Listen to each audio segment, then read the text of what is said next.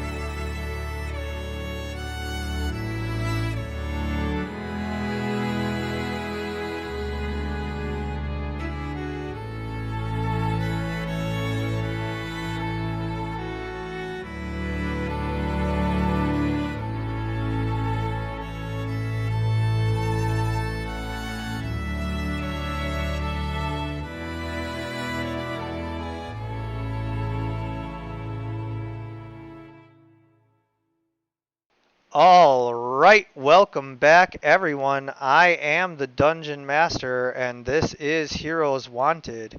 We are returning to the party as they are mid-flight, flying on Shavor's back, an ancient gold dragon in disguise as a human high priest of Pelor, leader of the temple at Irumoria, and de facto king of Irumoria. He has believed Nova and decided to aid you guys. And so you are flying with the most haste towards Irumoria. And, there's not really much to say or do when it comes to this flight. I can describe for you the glistening scales of the golden dragon, the rolling hills, and then lush flatlands of rows and rows and rows of wild grasses, as well as farms farming every kind of wheat that you pass by as you fly overhead. I can describe the, blue skies and white clouds as you fly, all day long, watching them change from, pink in the morning to dark orange and red at night as the sun goes down. Each night, oh, I'm sorry, you guys are flying at night, not during the day. So I can describe as you, watch the sun going down and turning the clouds orange and red and making the grassland seem as though they're on fire before you take off and fly in the cool night air, watching the constellations swirl above you, in the clear Caledonian skies. You guys are truly in a land of plenty. This is the strength of Caledonia.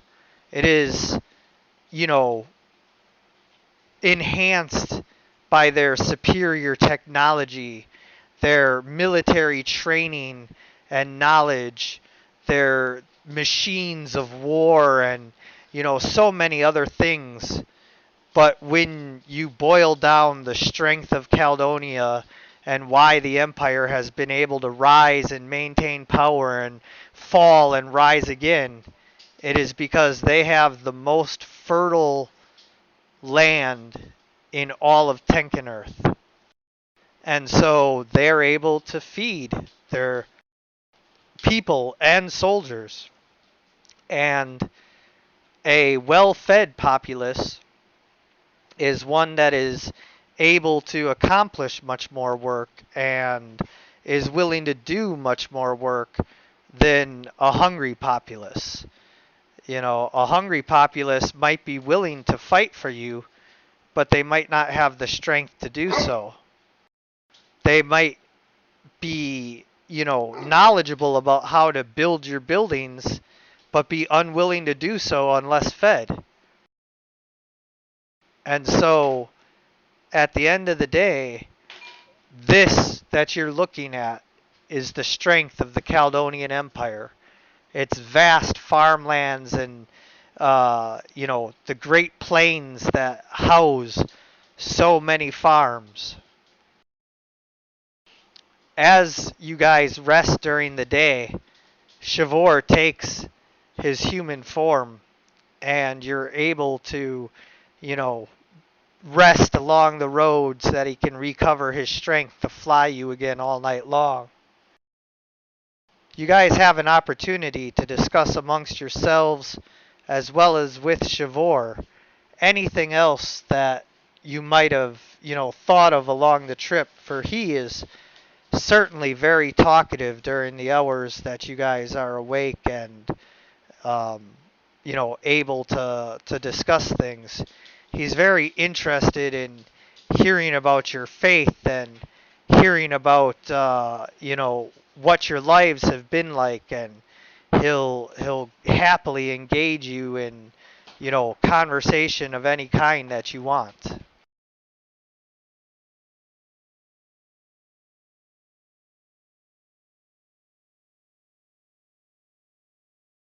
Hmm. Yeah, this is where you guys talk so that I can get a moment to catch my breath. Yeah. I was thinking that. Hmm.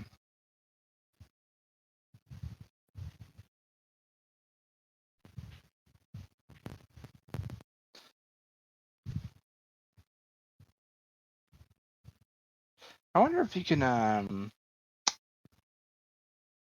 that ability is retained. Can a 5e gold dragon still provide that blessing of luck thing by like giving you a gem? I don't think so, no. Eh.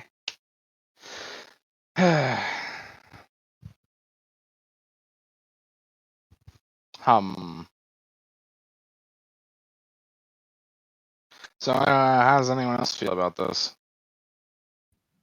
Well, I'd be I have a bunch of questions, but I'm not in a hurry. I don't need to go first. I would imagine that our very large blue friend might have some questions about the elven curse that has befallen him. And I would love to hear answers to those questions as well.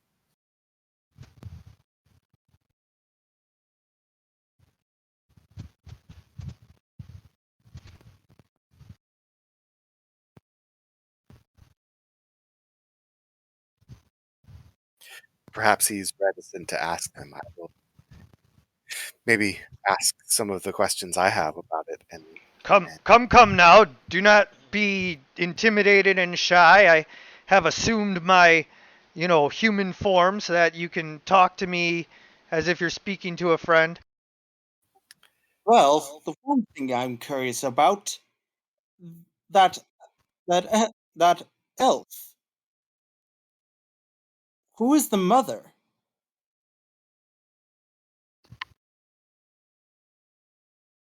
are you asking me who my mother is? No, I was talking to Trigon. No, not Trigon. You know. Isn't that demon? Shavor, but what elf is the same? Yeah, God, I hope you weren't talking to Trigon. Or Shavor still doesn't know what elf you're talking about. Wait, one- what the? Are you talking about the half dragon lady? yes, the half dragon. I mean, I thought her ears were described as knifey, but I don't know if that makes her an elf.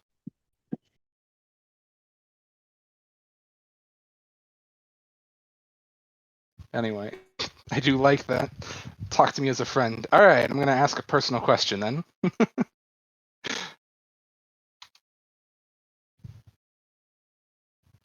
Let's I just mean, redo that no. and You ask about about Shavora, and he says that's Shavora, my daughter. She told you that.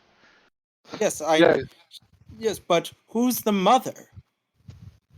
Um, that would be none of your business.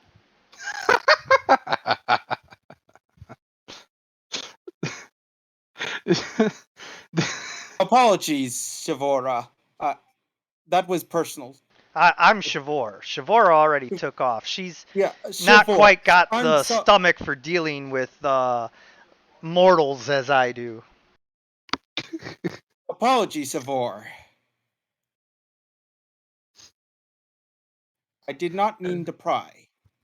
We should maybe. Yeah.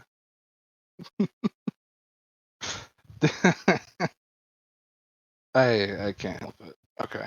I'm sorry, but you're talking to a high priest of Palor who's not supposed to like have children. So Well, I still can't help but find the situation really fucking humorous. like he's not trying to be rude. It's just that's not a subject he talks about. Understood, Shavor. Uh, In any Yeah. case, what exactly is the nature of the ritual that will purify the kobold of his vampirism? I have no idea. I'm hoping to find something.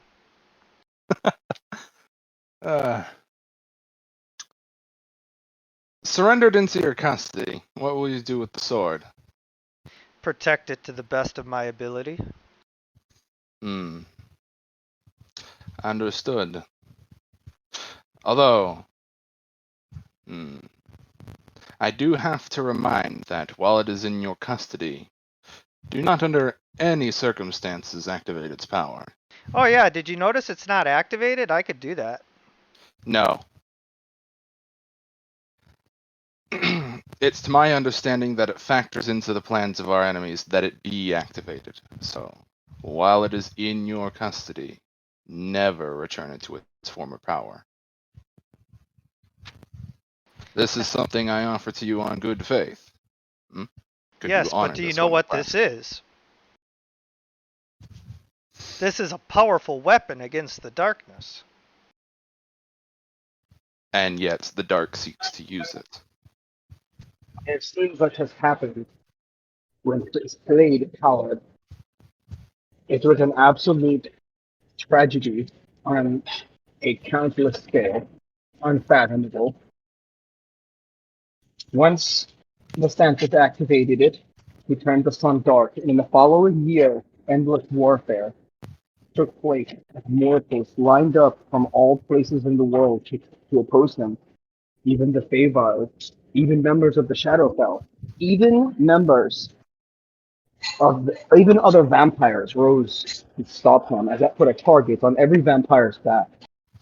This blade, should it be activated, will only give the Santos the opportunity to take it. As it is now, it is simply a hole. Yes, I see.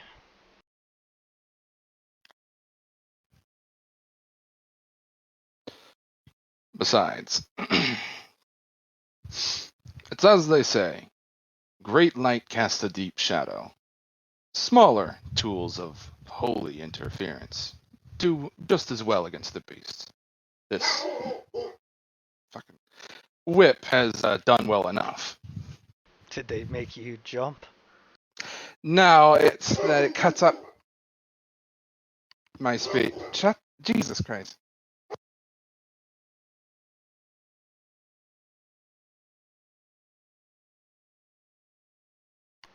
Yeah. Apparently you have to have pre-sentient muting to get past that. Yes. I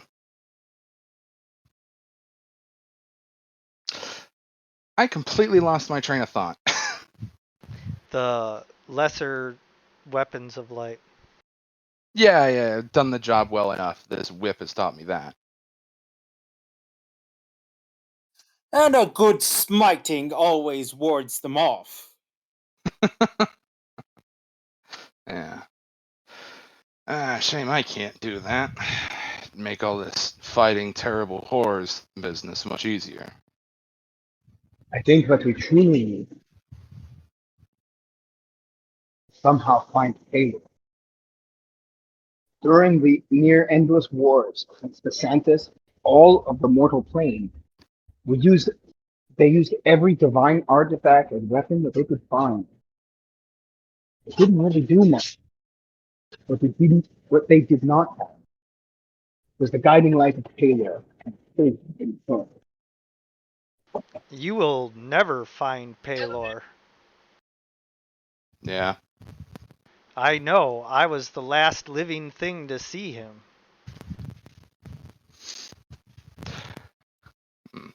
Well, maybe I have an engineering-focused mindset, but I think a completely ordinary Eldritch device could be used to deal with Visanthus on a permanent basis. I know that Visanthus is cocky. He's been taken in combat multiple times. It's just that his vampire powers allow him to escape. What we really need is an ace in a hole that can intercept at that moment and remove him from the field permanently. Indeed. We need I have theories, but nothing I can action upon right now.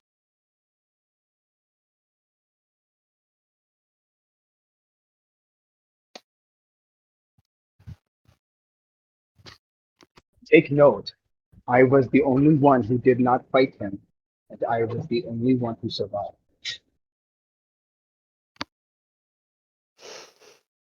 Yeah, that is interesting. But, well, how would I call it? Anecdotal evidence. So far, the pattern is that Visanthus shows up and is warded off after extracting something from us. But where there is a pattern, there's a way to disrupt that pattern. I believe that before the thread has come unwound, he will make another mistake and will be punished for it.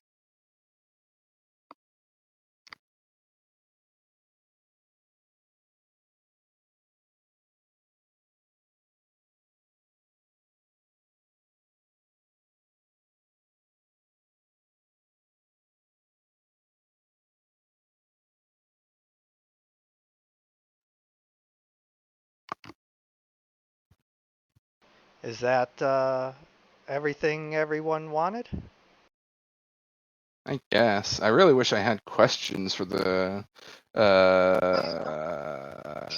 gold dragon here, but like, really, I only have academic questions, nothing that's really relevant.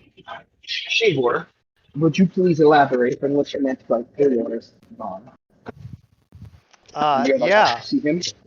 Yeah, Paylor dissipated his essence thousands of years ago in order to protect Iru Moria as the last bastion against the darkness of those times. And so he's like dead. I mean, the sun not? he lives on through all of us and the protection that he provides, and as long as we keep the light alive in Iru Moria, like, he is alive, but his spirit has been dissipated through all of the priests and the temple itself, and so as a result, like, there is no more Paylor. Not in the sense that you know of. Such is a day. The sun shall set, and the sun will always rise. Yes, Paylor foretold something similar. That is the case. And I mean this in a manner of speaking, of course. We need to have the sun. Uh,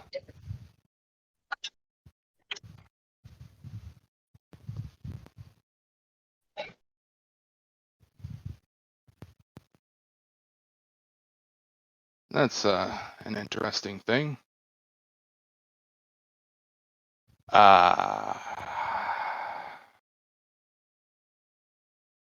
I trying to think. How would I refer to him formally? High priest? Is that good enough? Yeah.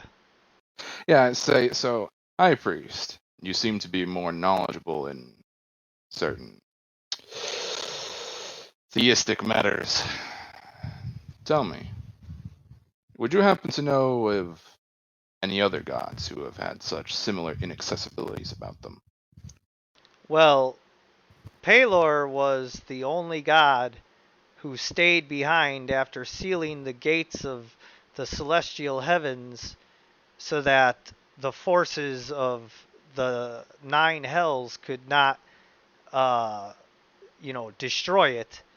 And so all of the gods were sealed on the other side, with only Pelor himself remaining behind against the darkness.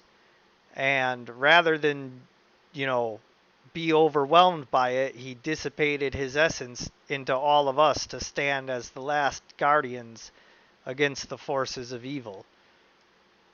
Hmm. So the gods of the celestial planes are to remain there inaccessibly.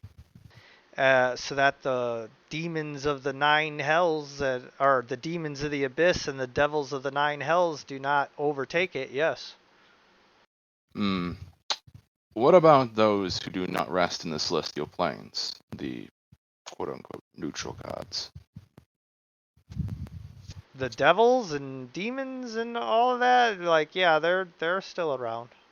No, I mean, That's they're... what anybody who isn't on the celestial heavens is. Are you a heretic? Wait, really? That's how this works? I guess I fucking am. I'm fucking mechanical god Rava over here, lawful neutral. Because But like So, weapons I got a still I got not. a I got a big book over here that I'll like check out and see if you're spouting any heresy. Whatever happened to your mate? It's my other god.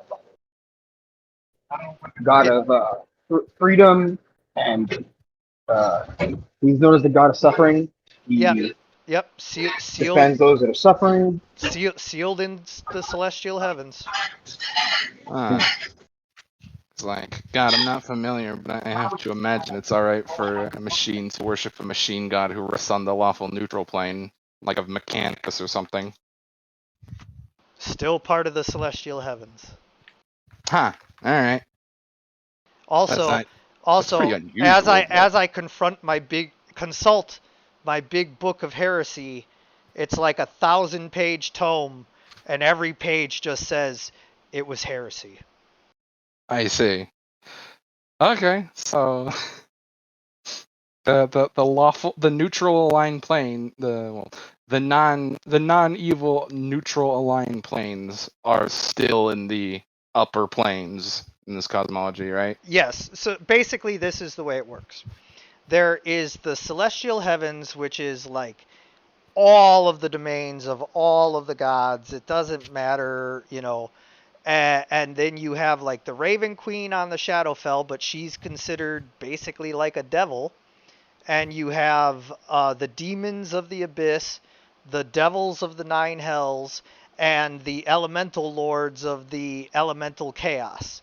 You also have the archfey of the Feywild, though those aren't considered gods by the terms of like the regular gods. The archfey exist in the Feywild, not in the celestial heavens, and they made that choice themselves.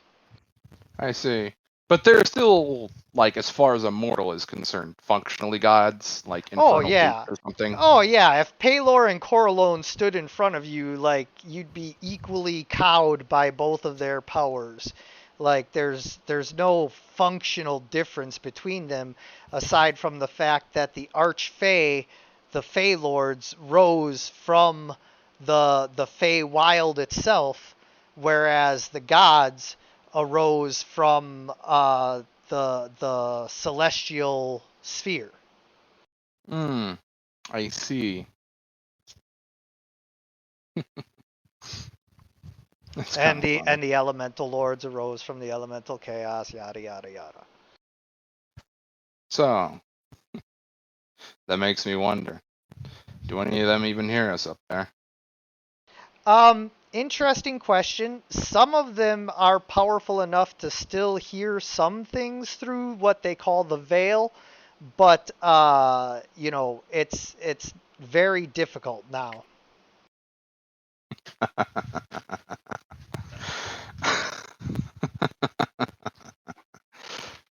I can't help but find that pretty funny. All right. In any case, we should head to the temple. Too much gab for you? Why don't you go to sleep?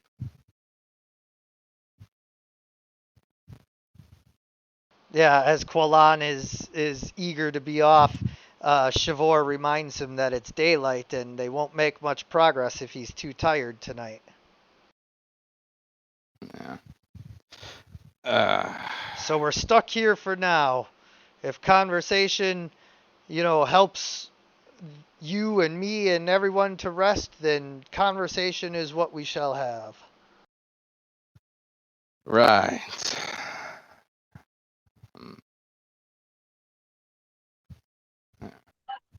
If we are unable to locate or ask Taylor for help, then how can we help our friend Sardi? He needs the pure light of Taylor in order to be healed. Right, and there might be enough of it left in the old temple where we dissipated his essence to be able to help him. Yeah. Well, it's like anything those most of those good outsiders talk about. Taylor left everything you need right here. You just need to have the resolve to take it.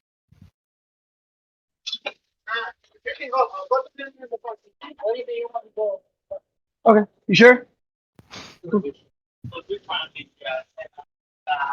So we should tell Diana we're done now, right? What the fuck? 20 minutes ago.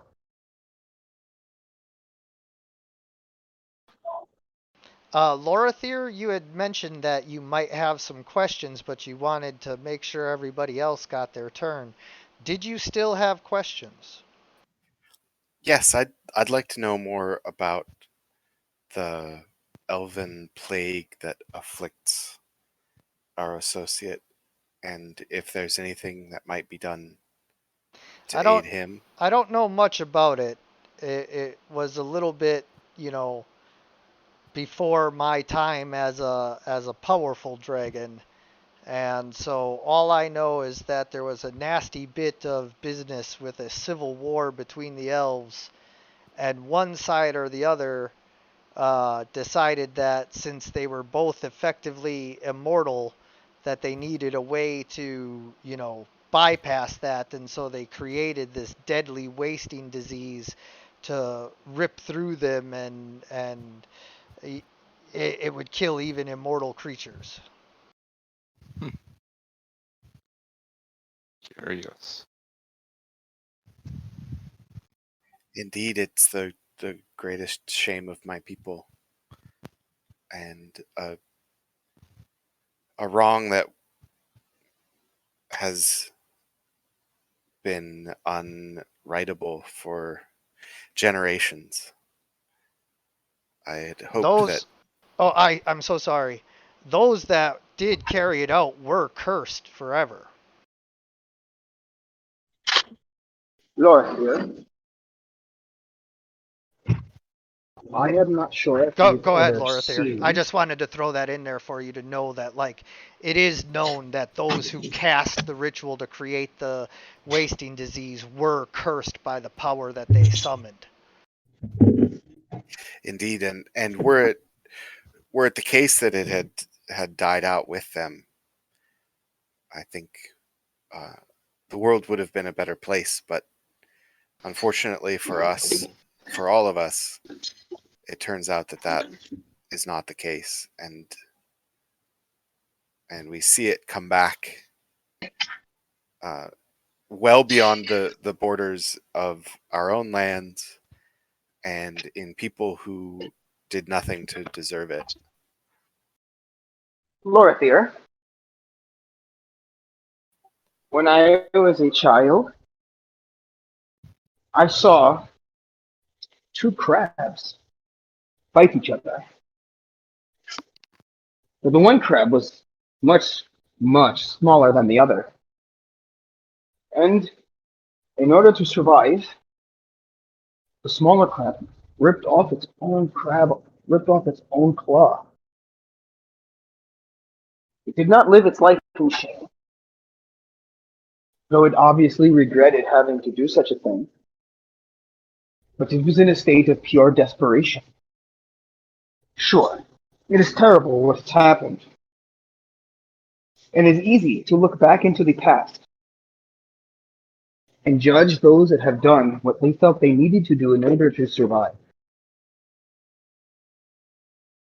It is a lot easier to do that now.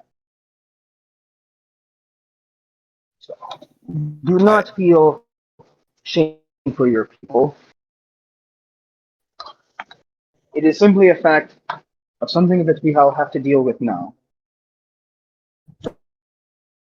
But it is not their desperate for their actions.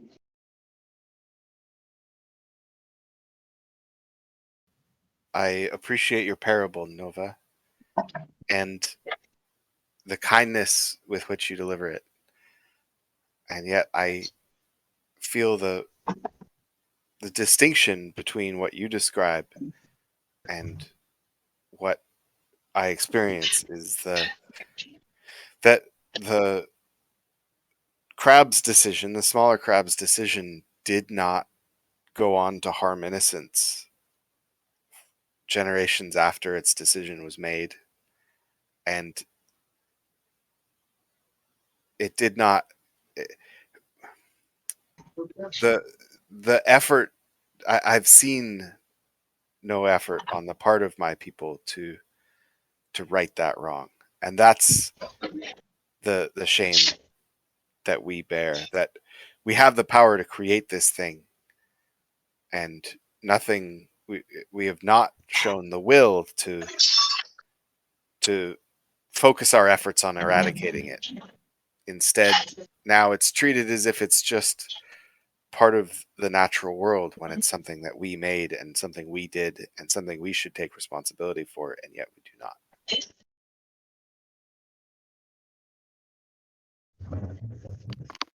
I agree. There should always be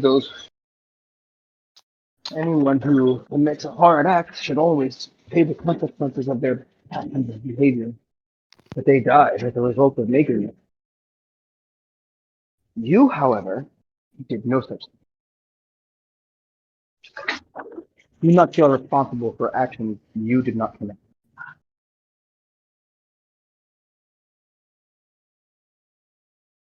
Oh, and by the way, they didn't die. They became the first drow. Oh, even better.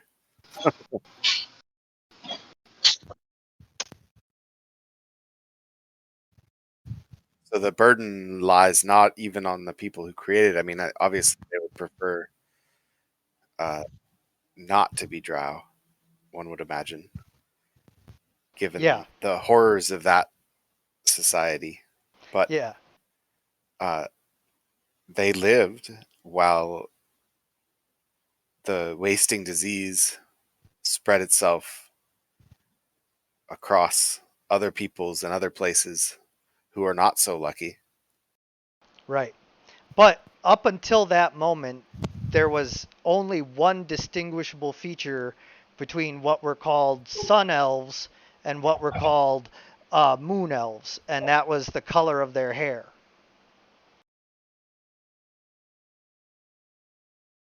Sun moon equivalent of like high and wood elf? Basically gold and silver elf, yeah. And me being a wood elf, am I from the weaker side that created the plague, or the stronger side that it was created against?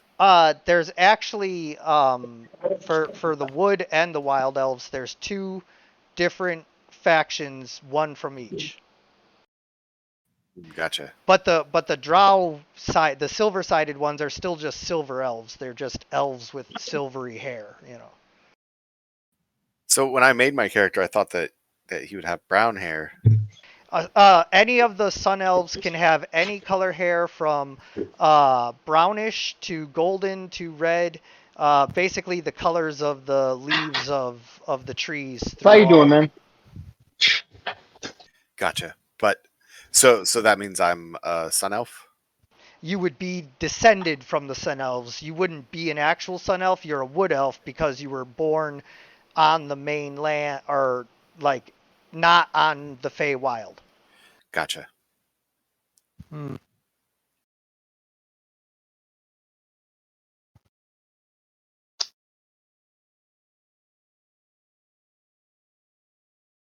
Yeah, like the high true elves and Eladrin and all of that come from the Feywild and can only be born on the Feywild.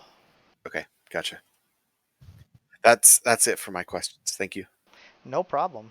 All right, so as you guys get closer, Shavor lets you know that he's going to have to drop you off near the temple and then leave. So we'll have to enter in ourselves. Yeah.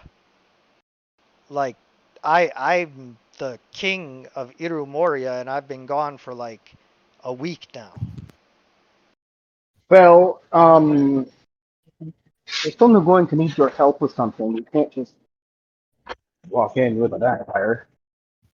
I don't know what to tell you. Like, the ride stops here, and you don't gotta go home, but you can't ride on the dragon no more.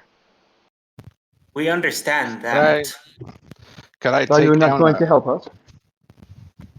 I just did. Can I take down a writ from you? A what? Can I take down A letter of affidavit that states we're on his side. Oh, yeah, here, and he presses a seal into some wax to give you passage. He's like, but there's nobody there. This is the old temple. It's been abandoned for 1,000 years.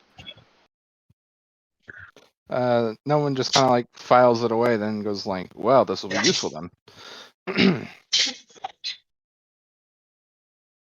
All right, have fun storming the castle, guys. Yeah, well, We will hopefully find our answers there. I remember Shazar being a little more proactive.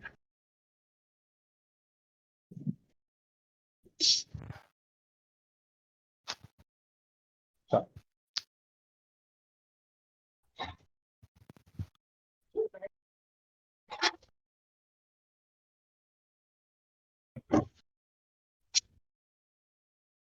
all right. So, what's going on? What we doing? Where are we? What's the plan?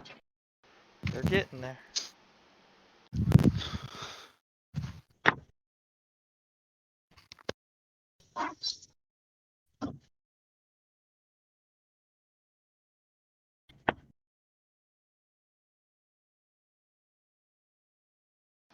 Oops, what's going on?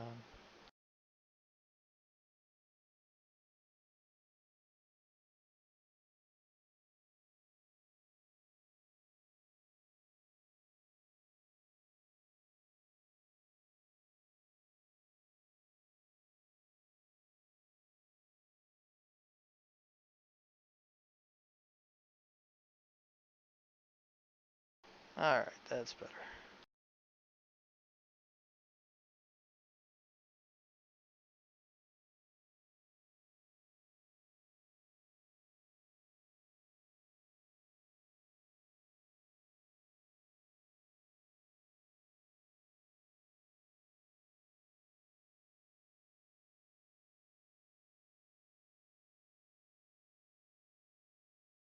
All right. So you guys find yourselves at the approach to the ancient Sun Temple.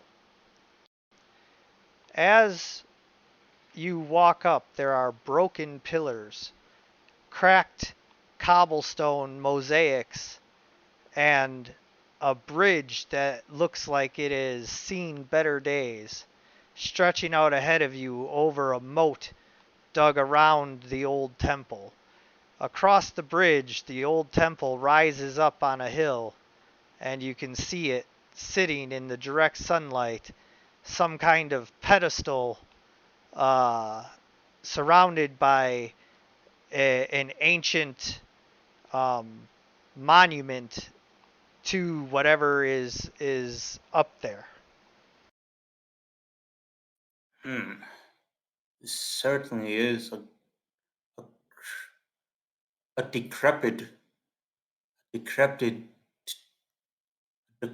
reminder. I'm gonna This look is over not the a place decrepit for place. recent activity. This is not a decrepit place. Yes, long seen its use, but this is a very holy place. I know, but it feels broken in some way. You do not see any evidence of recent visitors. Qualan's going to check if the bridge is sturdy or not. I was about to give it a real good check. So is it a perception or investigation?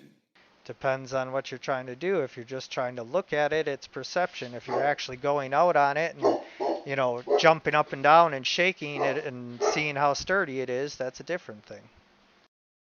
That'd be investigation.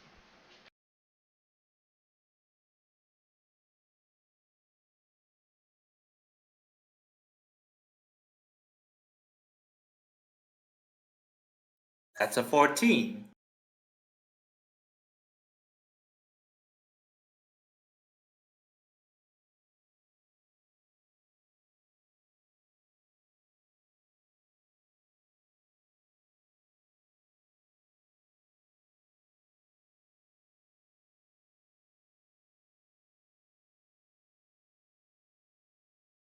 May I please roll religion and/or history to determine what knowledge I may know about this place? Yes. Laura Also- Thier. Go ahead. I was about to say I'm going to shift a parachute and then just walk across the bridge first, because I'm probably the heaviest party member. Laura Thier, as you're looking around, you notice shapes, eyes, looking at you from inside the temple. And these are living things, not a painting or a sculpture, right? Oh, the eyes are definitely living. They're like glowing from inside the temple. Noman, you walk across, and aside from a few creaks and cracks and everything, the bridge holds. All right. And So who's no one will just carrying the kobold? probably me. So after Noman crosses the bridge, Qualan goes next. Hold up, Yeah. there's one thing we have to remember and think about. We have a horse with us. Just tie him off on one of the Oh no, pillars. we don't. We're not waiting. What happened to our horse? We just left the horse way back then with I assume the dragon picked the horse up in one of his mighty talons. Not a chance. And then ate it. What? I'm not carrying your horse. Your horse Should would have just fucking be said that. Your horse would just be freaked out and struggling against me, plus that's too much weight. Well, if I'd have known that, I would have stayed behind. Y'all don't need me for this temple run. Jackson's my bro. Known him a hell of a lot longer than I've known you three. Yes, but you have squires who can meet you here. They don't know where here is. Iru Moria? Everyone knows where Iru Moria is. No, as in I didn't ever communicate to them that they need to come here and pick up my horse. I didn't plan for this. I thought they were with you ever since the last stop in New Eglia. No. I specifically told them not to travel with me because that seems like too much tempting the GM. Hmm. Have I met them? No, that never happened. Damn, I can't That- cast that- sending. Yeah, no, my retainers have never appeared in open gameplay. I mean, fuck it, I'm here. And staying with Jackson is definitely what no one would probably do, but that seems like it'd fuck up the game too much. So I don't know. You Fucking could have Jackson, you just could have fuck him. hired someone to ride him here. Like in the middle of the forest. You weren't in the middle of the forest. You were near some towns. Okay. Fine, I paid someone to get Jackson here. You were on the main road, for fuck's sake. Well, it seemed in context like we were just in the middle of the forest. I thought You know the what? dragon picked a I secluded think this area is to one do of his those. thing. I think this is one of those things where player we were kind of focused on something and we kind of forgot something that characters would not have forgotten. Because I mean, like, you're not gonna forget just your Steve. Like, it's like, I see you later. Good luck out there. Yeah, Yeah, no, so- like definitely Noman would never have just left Jackson out to dry like that, but like it never came up. No, But, I think the yeah. best bet would have been like that you hired someone, but I think whether or not you actually did consider that you never actually said that would be up to the DM. So it's up to him, I think. Right, and that's I me. think that would be our me. best That's bet. me tossing you guys a bone, because you're right. Your characters would have thought of it, and I forgot to remind you of that. Even though I try to make sure that you remember things that your characters would know that, like, not necessarily you, the players, are thinking about or would know. Yeah. Okay, yeah, I hired a writer for Yeah, Jackson. and plenty of my campaigns that's happened where like players they do something kind of completely forgetting or not aware of the obvious because you're you, not your character. Right. Yeah. And yeah. so In the world. I do try to remind you guys when I can, and so since I forgot this too, I'm tossing you the bone of letting you just have hired a rider. Yeah, I'm doing that. It's the Just native remember that version. person would need food and their own stuff. And Oh, chances here- are you'd have to supply that. Here I go, railroading you into having to hire a rider again. Yeah. Oh, it's just totally fucking railroading. Can't you see the goddamn like transatlantic Pacific lines just going? Yeah. Yeah, that's fucking. I'm getting impaled by a fucking rail tie right now.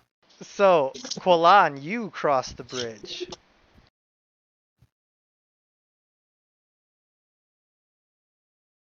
As Qualan crosses the bridge, a large chunk of stone falls out. See where that section of the railing is missing on the right-hand side? Well, it'd be your guys' left, but that whole section of stone just fell away. I'm gonna try to grab whatever I can, even though I know most likely it won't do anything. But whatever I can to help, I will. I'm gonna standing, like here-ish. In case it becomes relevant, I'm just gonna ready an action to try and whip out and snag somebody with my whip. Okay. That And does kind of require them to jump if they're gonna tumble, because they can't reach all the way across the fucking bridge. I will warn Noman and Quilla that I saw eyes in the temple and that they should be careful moving too far ahead.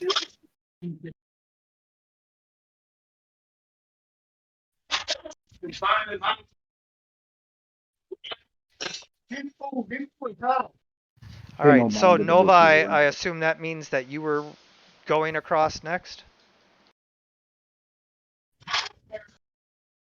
Yes. So as Nova is coming across, the section of rock begins to break, and she just makes it to the other side as there is now an entire gap across the middle of the bridge.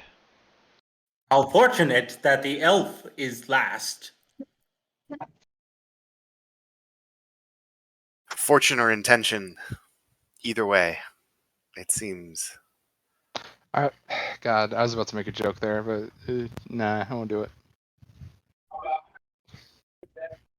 So, you are going to have to make an acrobatics check to try and leap over the crack.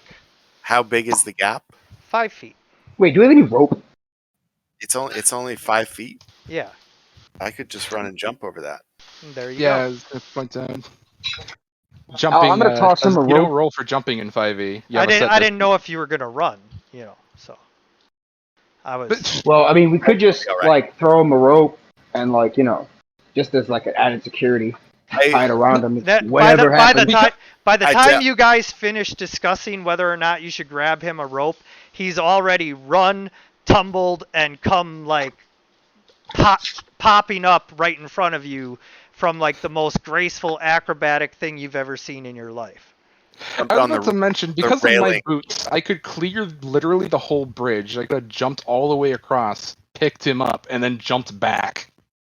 Jumped up on the railing and ran across on the railing. Or down. something like that. Just pointing it out. Yeah, absolutely, Lorithir. You jumped on the railing, and even though the stone below the railing was crumbled, you just nimbly walked right across it.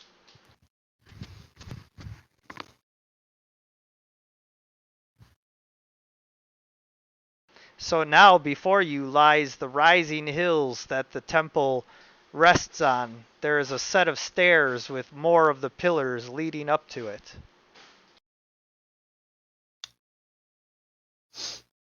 Alright.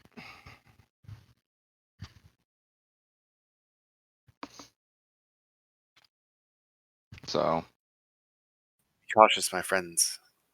Who knows what evil awaits us? I'm going to... The shadow knows. I'm going to, as a swift action, gonna ward myself, just so I should have a barrier running before the fight starts. And then I'm going to very brazenly begin walking up, because I feel completely safe. Before you lies the stairs that lead down into the caverns below the temple, and above you lies the temple itself with the altar and monument behind it. Ah.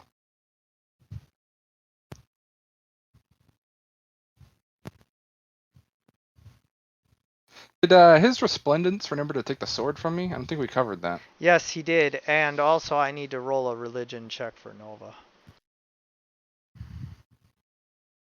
Guess who else is rolling in a religion check? It won't do you any good. I'm sorry, Nova, but this is why I don't roll for players. I rolled a 1. Maybe you should call for Nova to make... Fuck right. Can I They ain't assist? here. No, you're not a worshiper of Palor. You wouldn't know anything about this.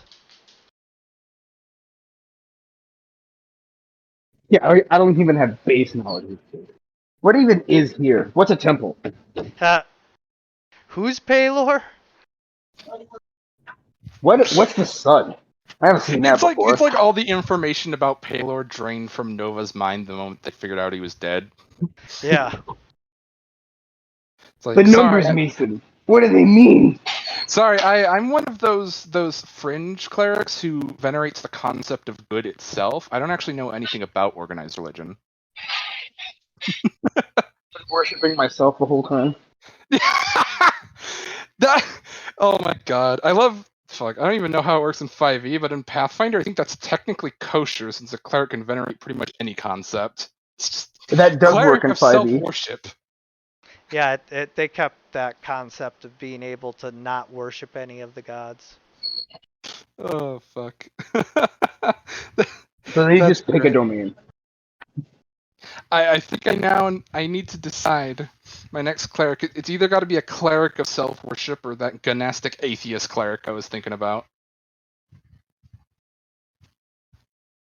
All right.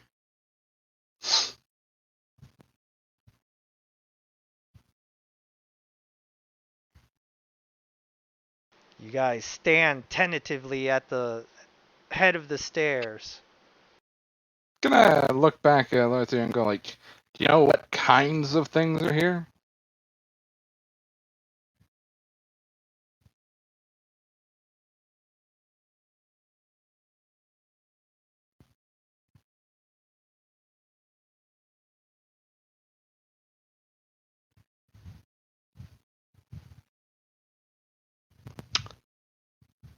I figured the answer is no, but I thought I'd leave a window to ask. I'm gonna kind of walk over here and like put my elbow on this pillar. It kind of shifts a little with your weight, but remains upright. And then Omen's gonna like kind of stand a bit over and it's like, right, I forgot. I put on some pounds. This is where I remind that I took the bulky configuration, so I'm like 1.5 feet taller than I was at the start of the game.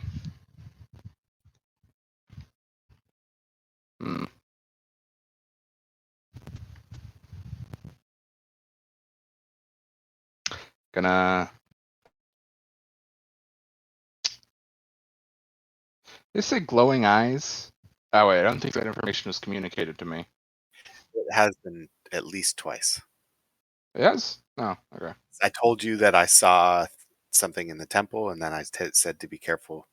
You don't know what's. No, I meant specifically the glowing eyes. I heard you those other things. Were you listening when GM told me? Well, yeah, but you didn't say glowing eyes in characterly, so I didn't know.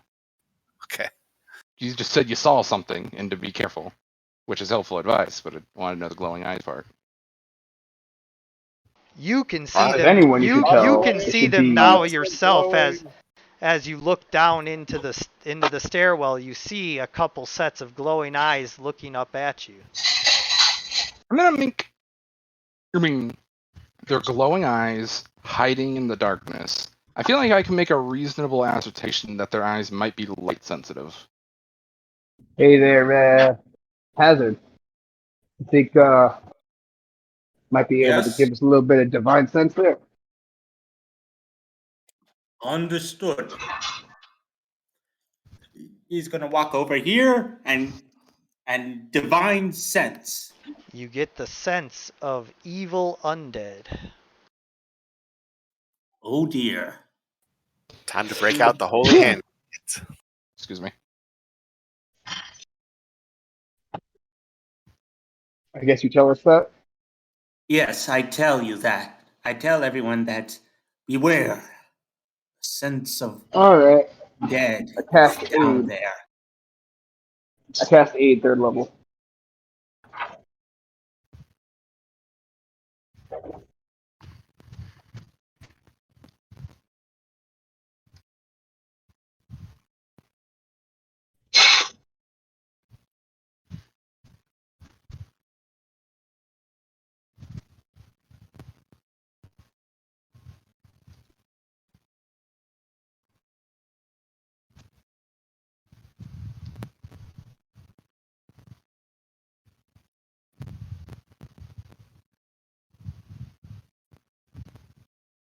Aid has been cast.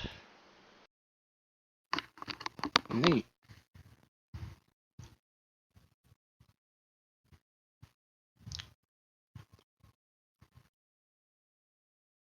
Well, I suppose all this Palor juice gathering won't work so well if there are such nasty creatures on site. So we should probably go Indeed. kill them. Time for a little smiting. Not necessarily. The undead have been known to be attracted to ancient temples in order to make sure that do not rise again. All right. let's head on in. I'm going to approach stairs. You guys don't go up to the actual temple up top. You go down into the caverns below. Yeah, I mean, I feel like they're gonna come out and start beating on us if like nightfall comes.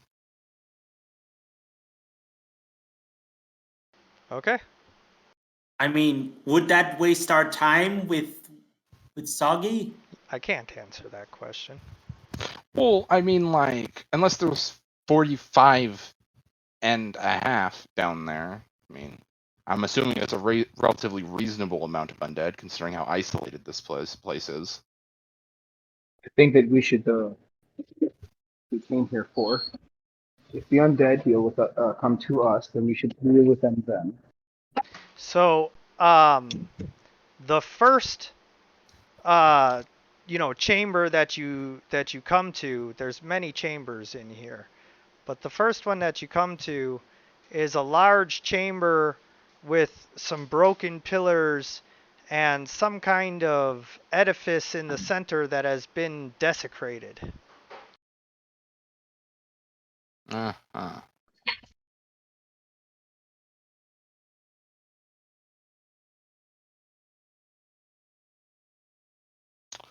Well, that is interesting. Guys, I'm sorry. I need to step away for just a minute. I'll be right back. No problem. I'm going to investigate the area. Well, you can't. Because before you can investigate it, there are eyes staring at you from out of the corners of the darkness. Okay, what exactly are we dealing with here? Something mean.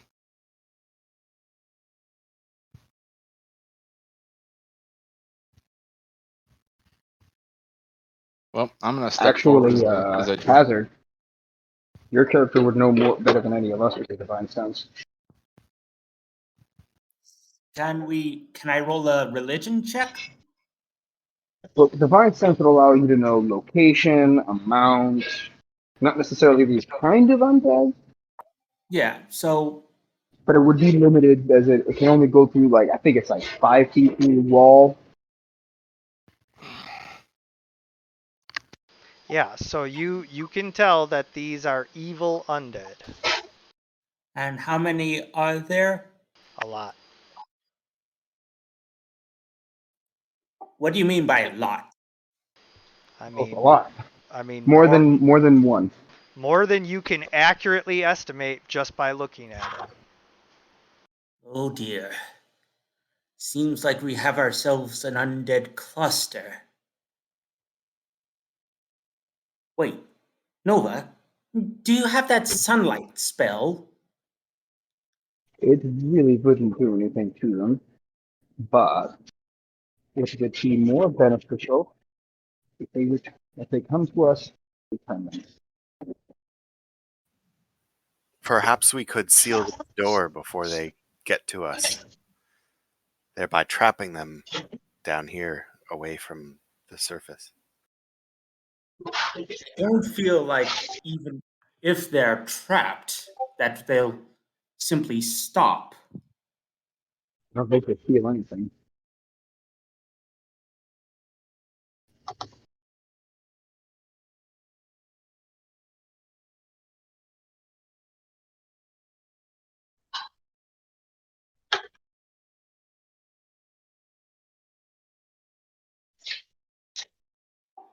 Oh dear.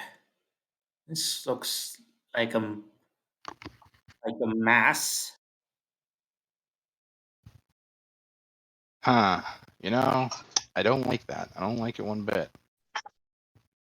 Also, that kind of framing makes those shadows look like xenomorphs. All right, roll for initiative.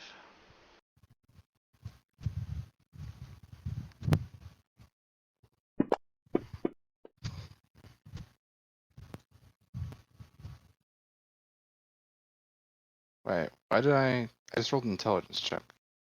Ugh. Wrong. Int adjacent.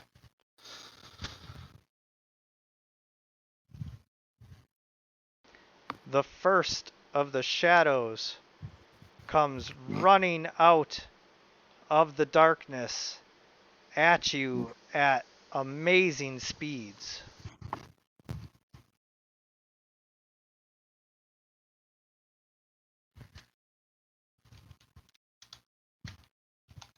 It attacks Quillan.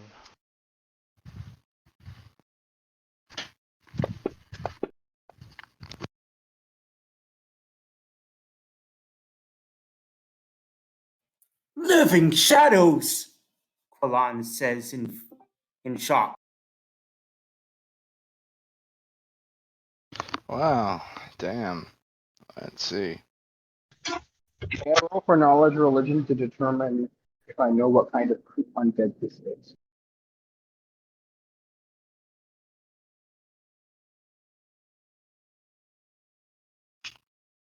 Well, why can I not see anymore? Oh, wrong map. Yeah, it's another one. I told you, I don't like rolling for players.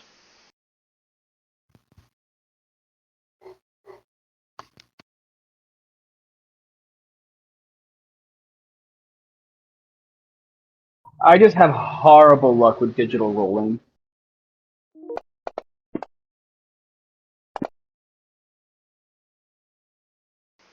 I'm not stunned.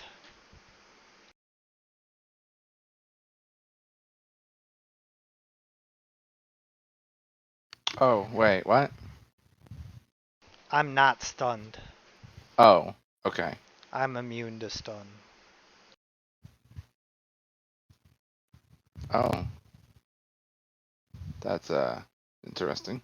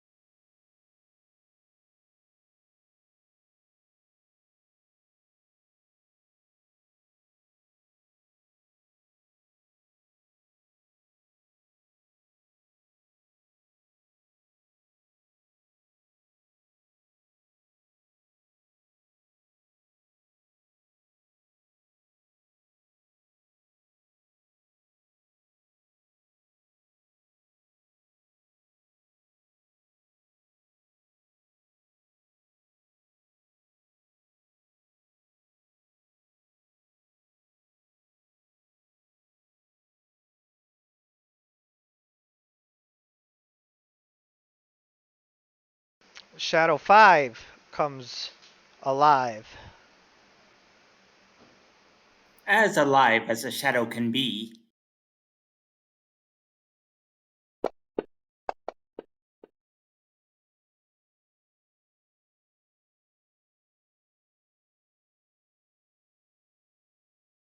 You know what? Allow me to re-ask that question in another way.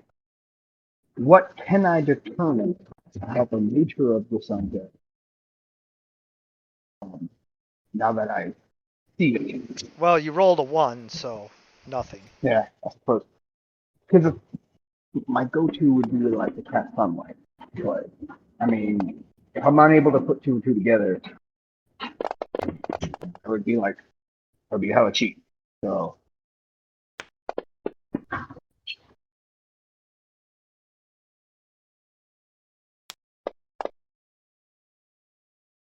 And you lose 4 strength as the shadow touches you, Qualan.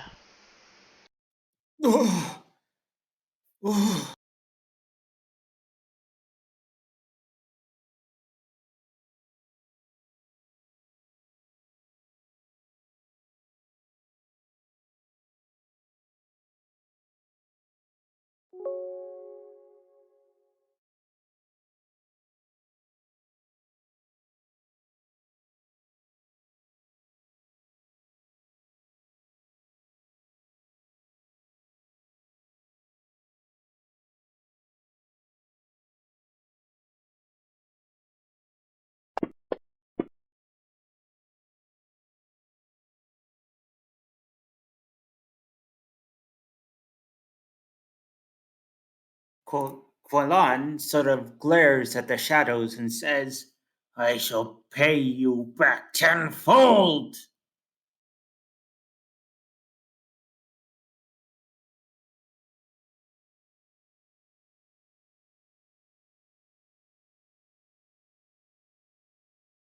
And he's going to cast Moonbeam.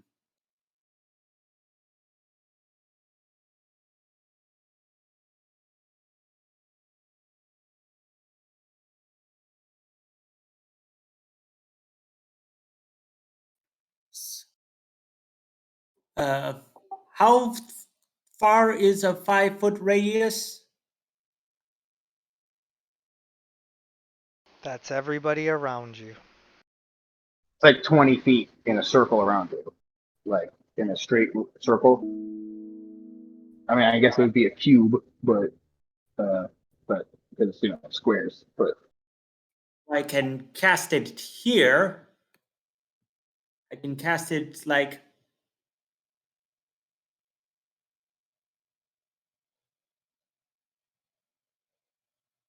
That's a 5-foot radius. okay, so I'll target shadow number 7 and 2.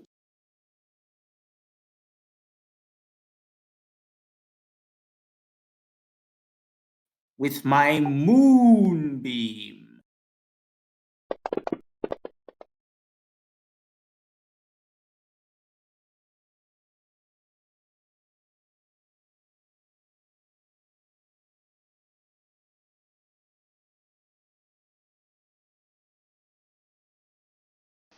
The one takes half damage, but the other one is exploded by your radiant moonbeam light.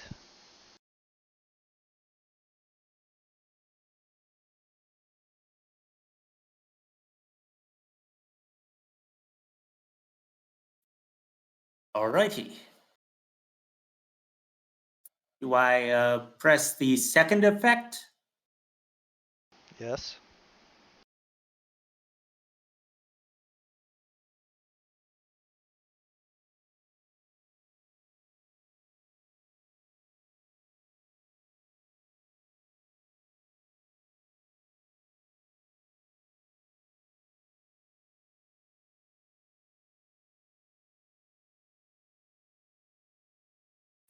Since I have an enemy in melee range of me, I will draw my sword and attack shadow number 4. Okay, but he's around a corner, so he actually has cover. -5 to your attack. Okay. Yeah, there's really nowhere else for me to go, and I would be at disadvantage to attack someone else. So I think that's probably still my best option.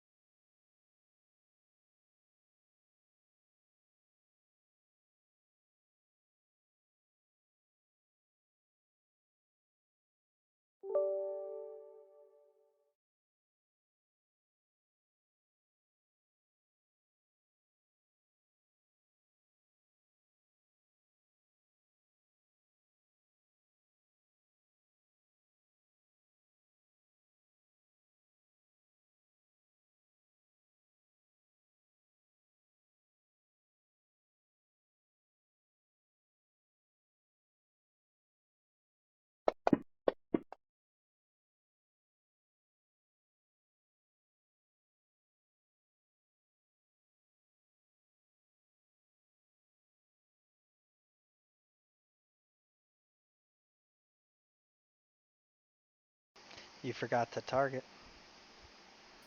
Son of a bitch.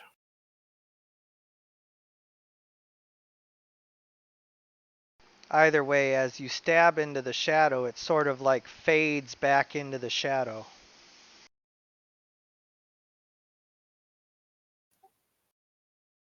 What does that mean?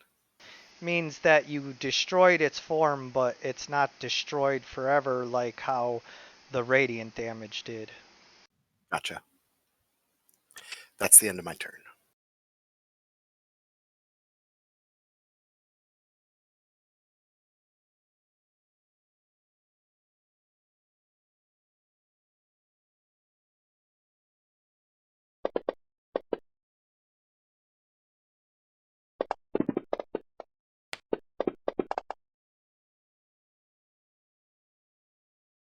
So your moonbeam expired, and you take a further 1 strength damage. Oh,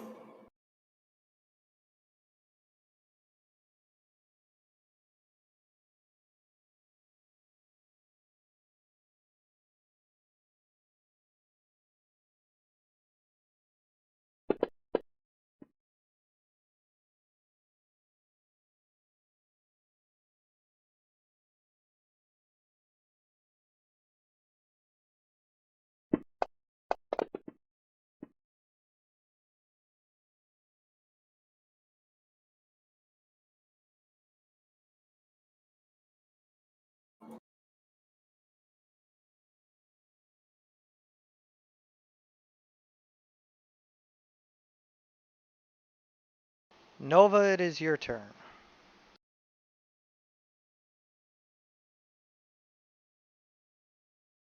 You're basically surrounded by shadows, and Quillan is rapidly losing strength but is otherwise okay. I will have to make my way to Kuala, unless he is near me already, and He's then I right will next to you. cast Greater Restoration. Cast what? Greater Restoration. Yes.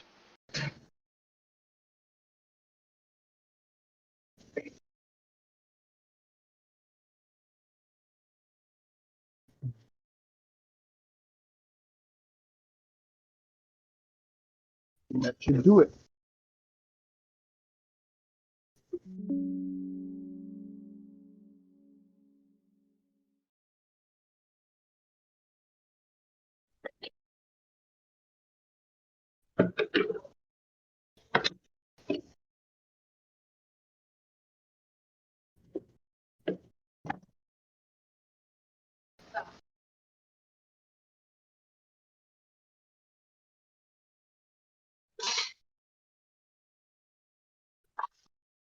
Alright, so you cast Greater Restoration.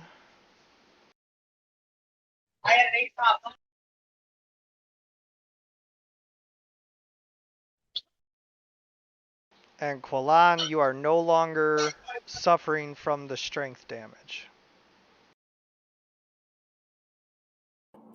that's good.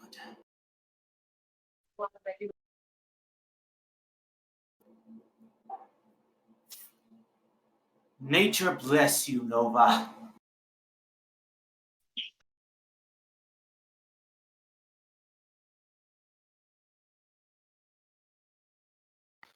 Well, Through let's this slap wound, Shadow. through this wound, the light shall enter. Now rise.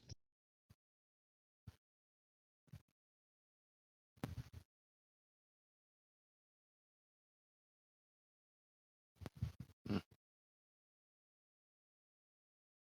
Roll well where it counts.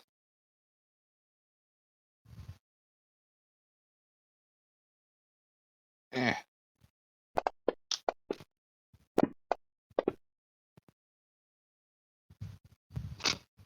Uh, Bummer. yeah, this game knows how to torment. I give it that.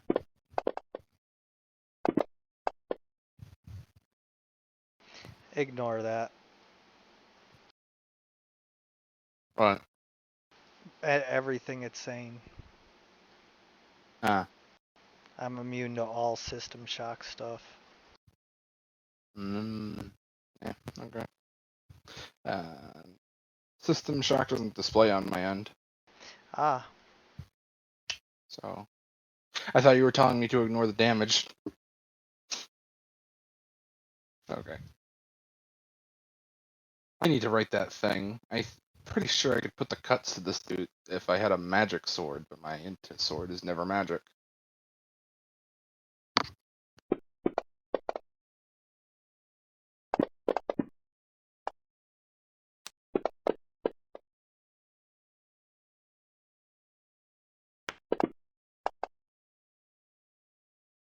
Quillan, 4 more strength is drained from you as the shadow hits you again.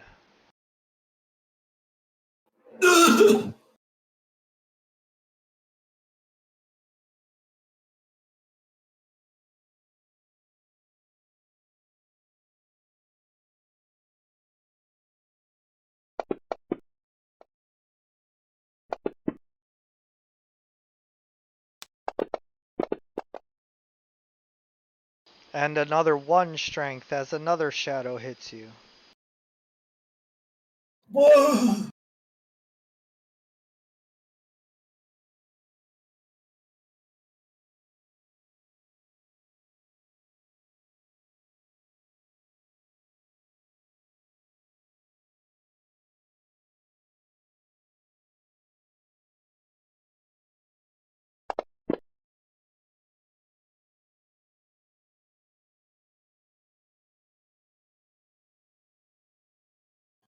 Qualan, sort of seeing all these shadows creeping around him, says, "Away with you!" And he's going to cast Turn the Faithless.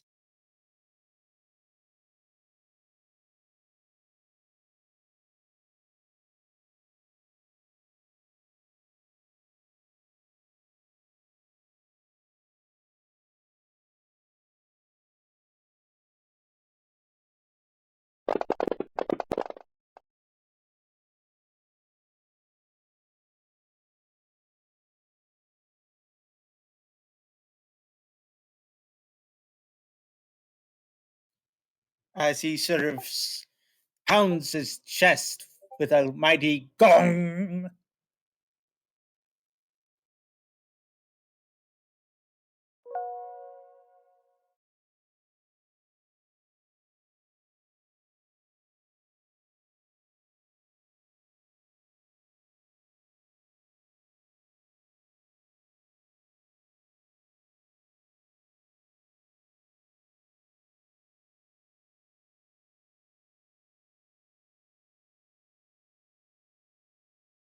I don't really have many other options, so I'm going to do what I did last time, even though it didn't do much.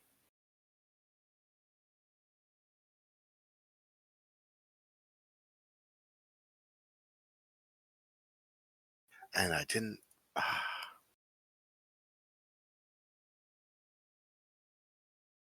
Actually, you are targeting Shadow 4, but you want to be targeting Shadow 1.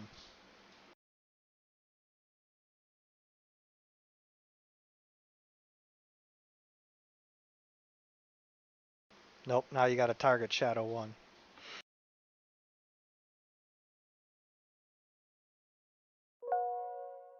Just roll the damage.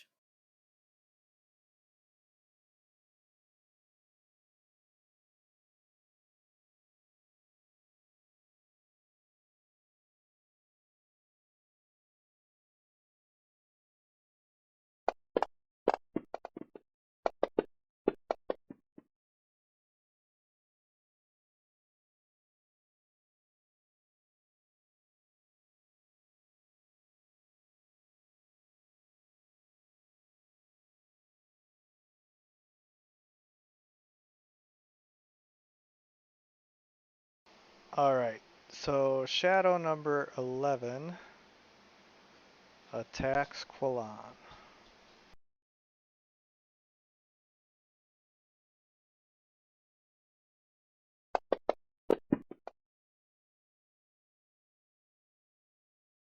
Shadow number 1 is turned and runs away,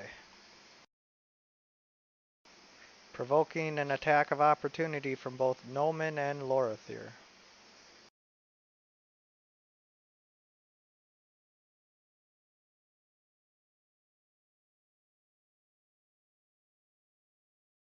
Attack of opportunity on what now? Shadow number 1. Alright, who's in range to be able to benefit from this attack of opportunity attack? Noman and Lorithir. Okie doke.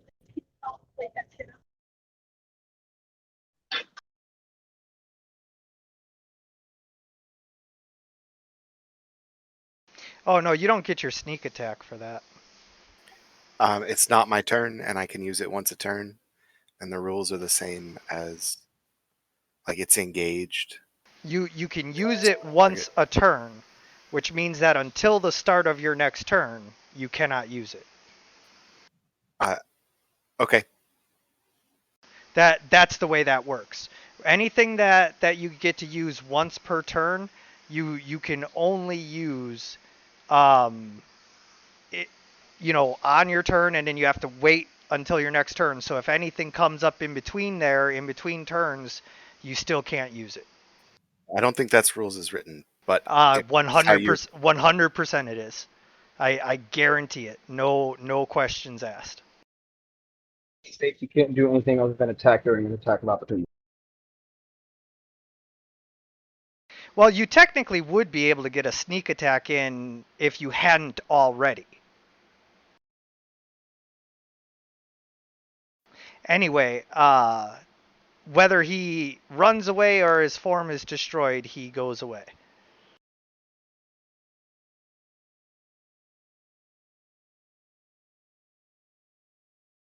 Yeah, sorry, I don't mean to sound dismissive.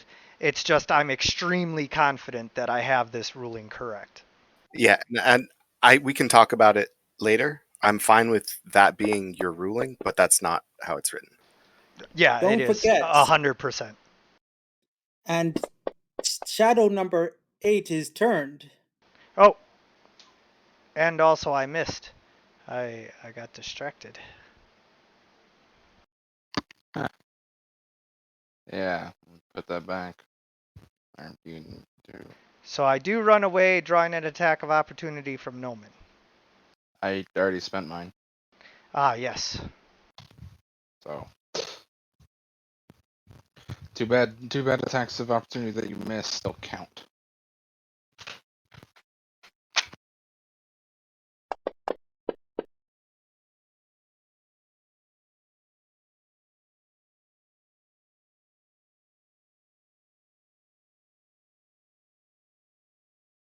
See, the reason that I know that that's the ruling is because otherwise you could get multiple sneak attacks per turn by cycling through your turn using it as a reaction when you get an attack of opportunity. If you have anything else that, like if you took a fighter thing that gave you an extra turn, there's just so many things that would be broken if it didn't work, that it resets at the start of your turn.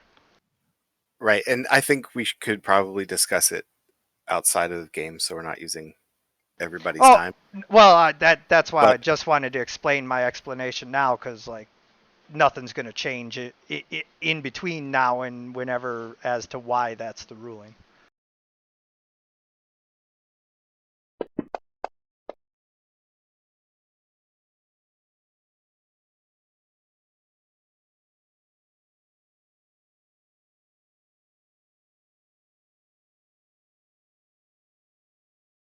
Nova.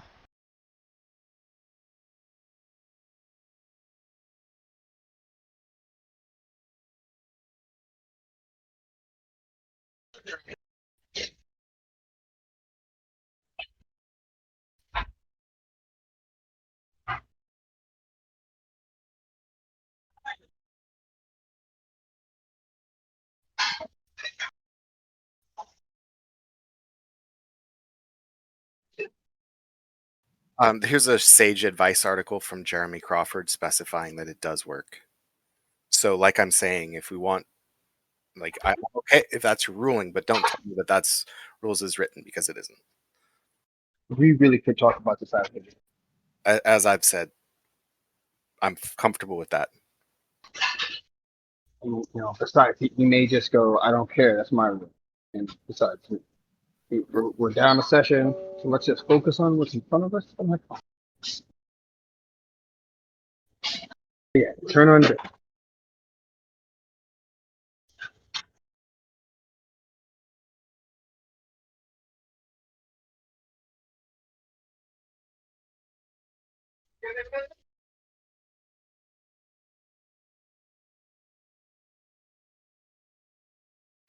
Once per turn, not once per round.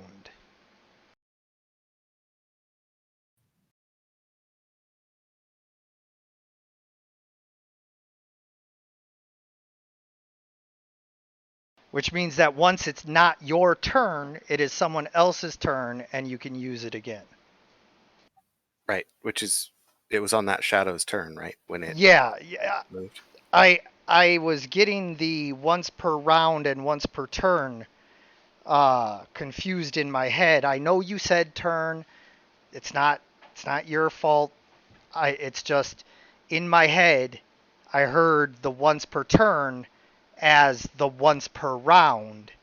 And so that's what I was thinking was, okay, so you have to wait until the start of your next turn.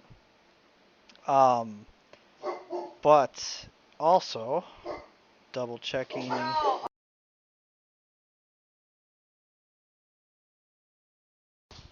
I'm sorry, I don't have your article, sir.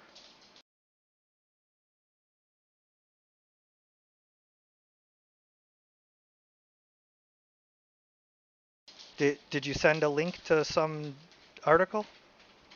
Oh, there I it is. There. I think we can talk about this after. No, the fact. no. I want to get the ruling correct. It's not such a big deal, you guys. Like everybody's so concerned about rules lawyers and arguing with the DM and DMs who have like draconian stances on things, which I'll be the first to admit that I do have on some rulings that I make, but at the end of the day, I'd rather get the ruling correct, than not, and I'd rather do it sooner rather than later.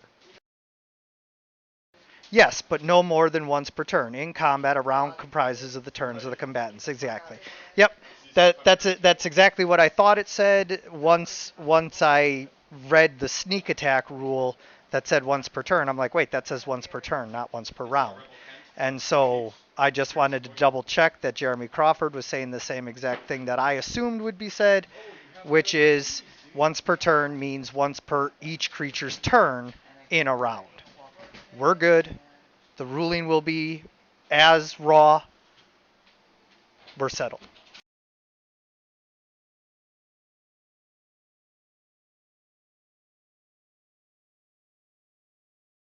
And I'm sorry if it feels like it's wasting time or whatever, but like getting the ruling correct is important to me.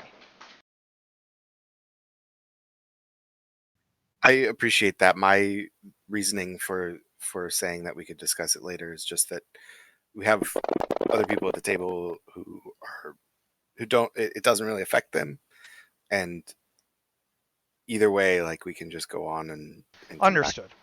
Yeah, no, I get it. It's So it's your call. this little damage thing here, all the undead take damage too, Nova?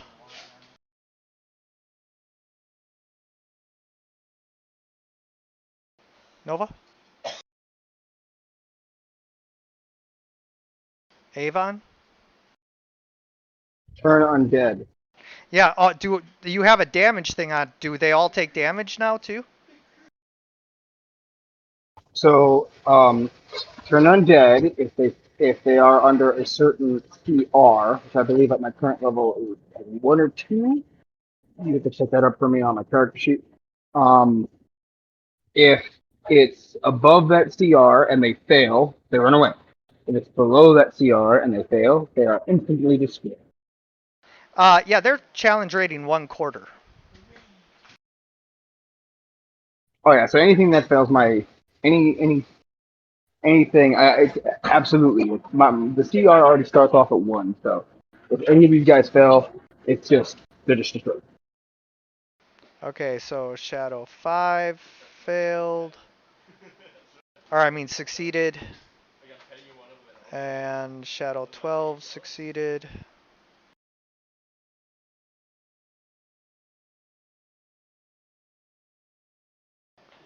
And Shadow 3 succeeded. Okay. So, oh, wait. There was 2 sets of them. Okay. Let's just go off of this one. So, in this one, Shadow 5 is the only one who succeeded. Okay, so So all all but one of them. is destroyed. Nice. Back to the shadows with you.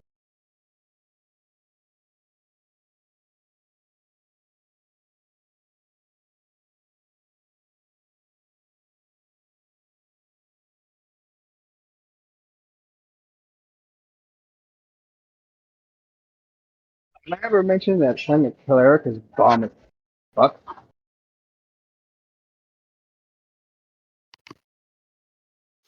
The power seems very self-evident every now and then. All right, there you go. Anything else?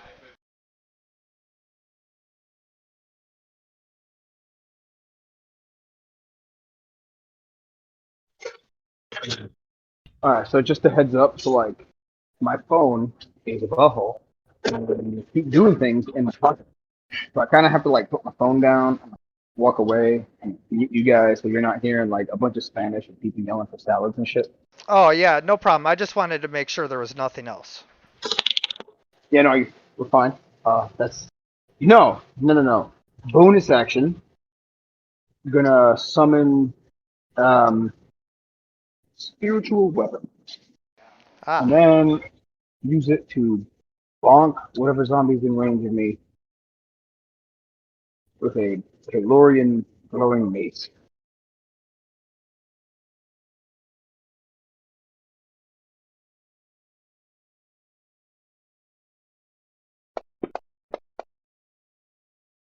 you missed.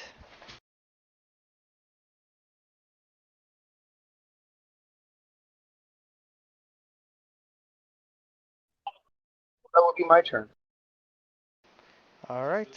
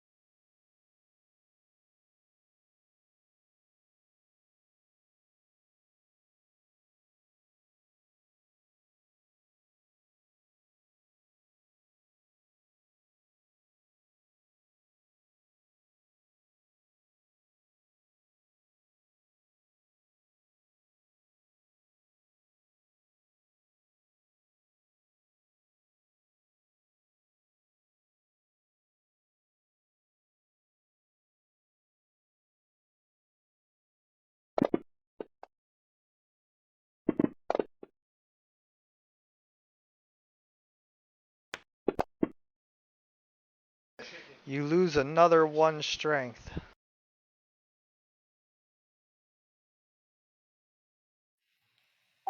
Oof.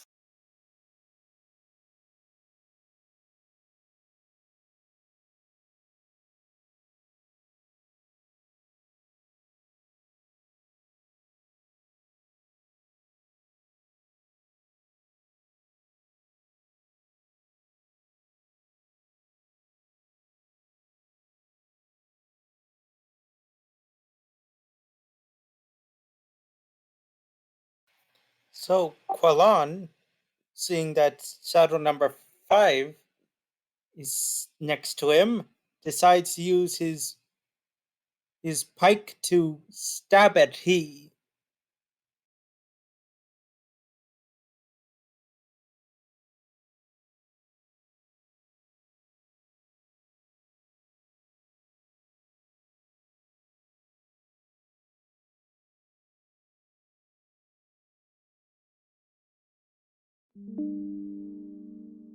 And using a secret technique, you whirling his blade thoroughly, he stabs into the shadow, causing it to burst and dissipate.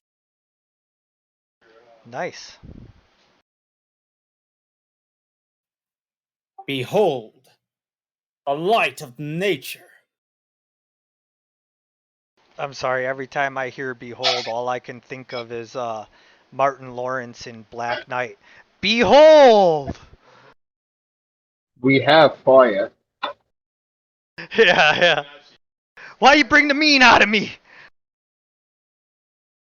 Yo, Hazard, I'm not a paladin, so I can't do this myself. But, and it's your character. I would never tell you how to play it. However, I would pay you actual money. If, like, at any point in time someone gives you shit, you just say, big talk, someone in smiting range. Oh yeah. I would just say big talk for someone in Eldritch Blast range. Lorathier.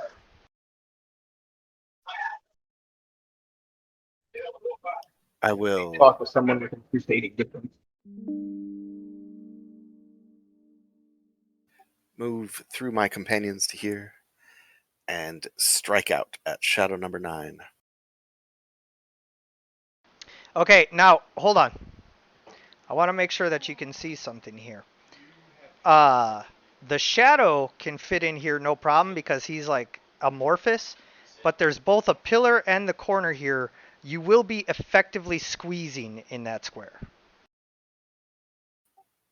Hey, real quick question. How many shadows are there? Didn't you say that like all but one of them died? The ones that were by you, yeah. There's others still hiding in the corners. Can they see me? No, they were out of your blast range. Okay. So if I move to here, am I... Yes, you're good. Okay. I just wanted to make it clear about that square before I screwed you on, like saying, "Oh, now you're attacking with disadvantage." Oh. Sure.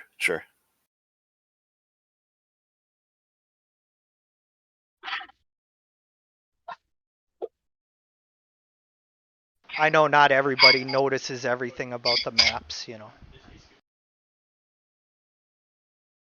Like for instance, that stone that you guys are by, even though it's not hindering you at the moment, it is a step up, and so like walking around there is rough terrain.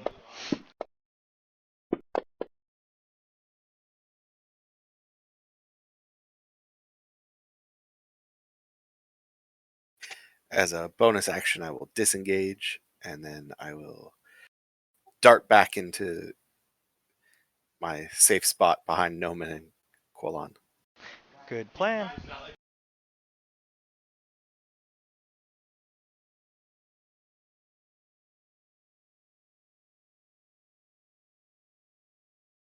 I'm still turned.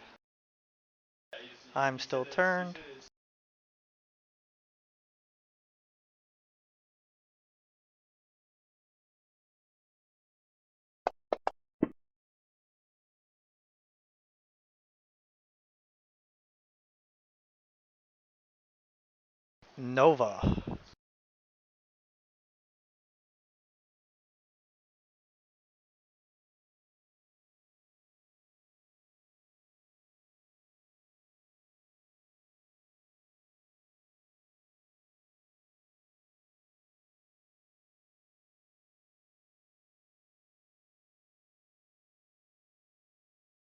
Tap on my staff and I cast light.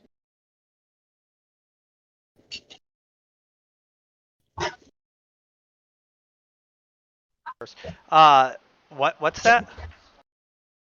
Tap on my staff and cast a light cantrip. Ah. Suddenly, light bursts out from Nova, filling the room. And if anything is near me, I'm going to whack them with spiritual weapons. This might be attempted.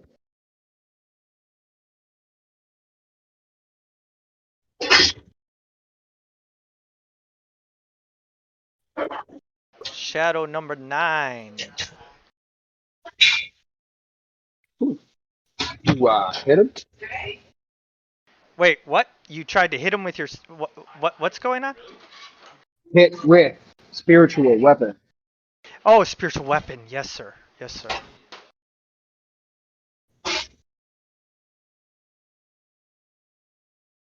That's my fault. I didn't hear what you said, and I Well, just kind of You know, I am didn't ask. surrounded by grills and vents, people talking, so by all means. It missed again. No, it's my fault. I should have asked what you said, but like I kind of like don't like repeating, what all the time. So that was my own social anxiety kicking in there.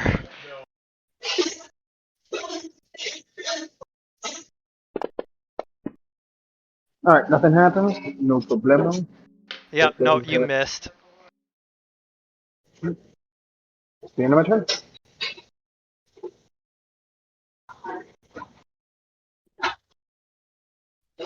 You guys must be really dexy or something.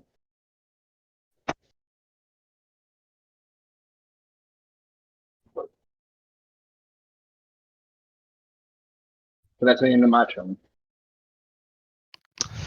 Now that I think about it, it'd be real kick-ass to find like a holy sword of fucking up undead, because at this point, having depend on a D4 for damage in all of my important fights kind of sucks. You love your whip. The whip is nice with good utility, but I can only attack with it once per round because it's not an integrated weapon. So unless I eat it, I'm gonna keep on hobbling my damage in all of the undead and evil monster fights. What you do is you pick up polearm magazines, and then you just become like this fucking force to be reckoned with, and you just like start hitting things from 30 feet away. Yeah, I mean, yeah, I can pick up a polearm, but the thing is, I want it to be a holy something. I want a holy weapon that rolls a D8 for damage, preferably. Well, You know, if you or could always get the Arcadius blade, but I don't know if you're. He just my had it. understanding. He just gave it away. Yeah, it wasn't powered. We told him not to. But the thing is if I'm not mistaken, unless that's been like changed or again, unless I'm I you'd be like a paladin or a cleric or something. my fucking god, guys. You guys are so unhelpful. Yeah, I'm unhelpful. You're sitting here asking for the thing you just gave away. You fucking know why I can't use that rinky-dink fucking sword. Rinky-dink sword, it's one of the most powerful artifacts in the world. And we can't use it, so what does that mean to me? It's a fucking rinky-dink piece of junk. Yeah, well, everybody said you couldn't use the One Ring, too. I mean, yeah. Well, right now, in our point of view, it's like the ultimate nullifier from Marvel, but like not working. It's like, yeah, we could turn it on, but like if we turned it on, it'd be on. Yeah, then it'd be on. Yeah, I mean, hey, if I had the One Ring, I'd use that shit. You know, that'd be a nice zesting of spice to proceedings. Fuck that. Qualan is going to be up on the higher grounds to flank shadow number 6. Yep. No, man, I'm calling you Boromir from now on. Ha.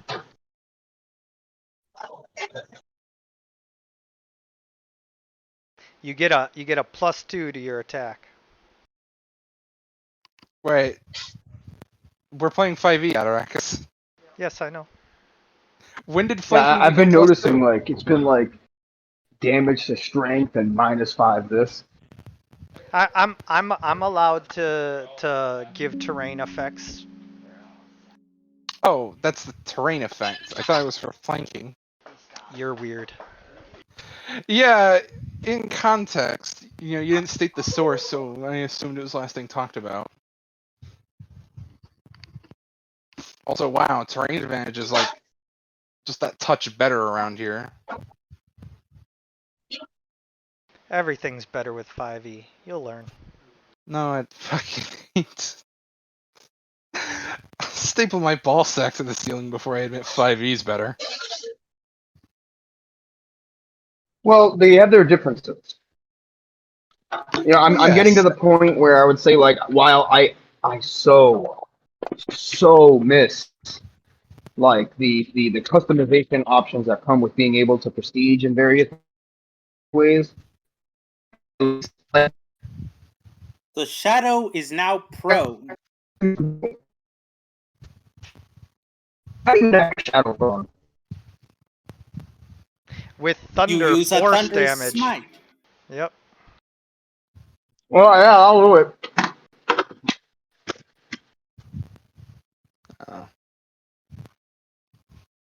Uh, Out of curiosity, do I notice if my light spell is offering any tangible like value to this? What do you mean? Well, they're like shadowy things, and I'm like, Mm-hmm. flash lighting the place up. So there's Yeah, they take disadvantage trying to attack you. hey,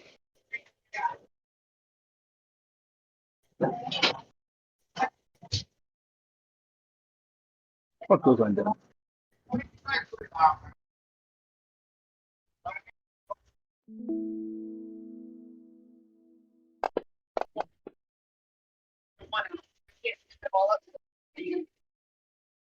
The shadow is critically wounded, but still somehow able to fight.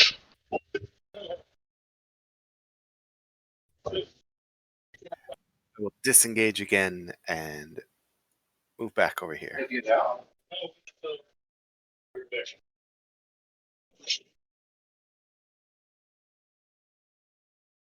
My weapon doesn't seem to be doing much damage to these shadows. To be fair, celestial weaponry is better at dealing with the undead. If only I had access to such things. can you like dip arrows in holy water or something to get the same effect? I can make holy water. Yeah, I was thinking like there are cheap workarounds. Maybe I can dirt my knuckles with holy water. I do have 3 silvered arrows, but I'm having fought a vampire. I'm saving them. Right?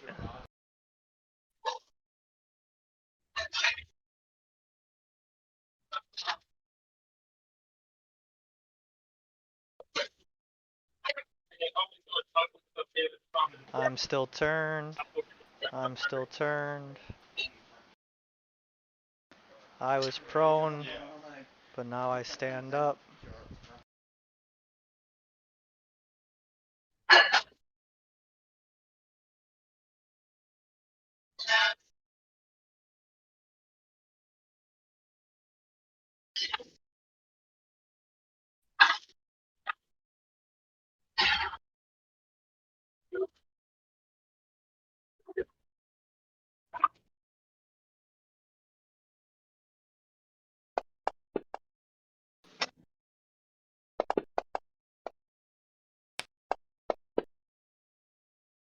You lose 2 more strength as the shadow continues to drain your power from you, Quillan.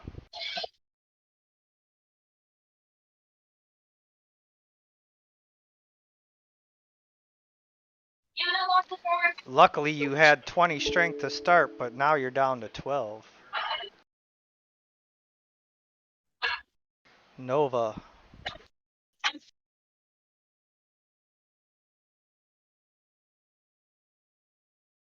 Can't get this car. On this way, down. Like, listen. Give me a minute, guys.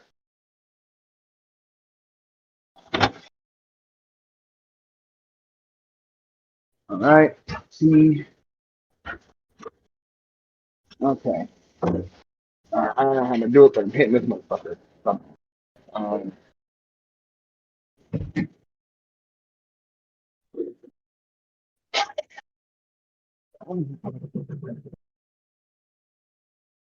I mean, virtual weapon. I hit him, or I attempt to. Can you hear me? You were kind of breaking up. Yeah, I was talking too low. Spiritual weapon. Ah, spiritual weapon. Yes, sir.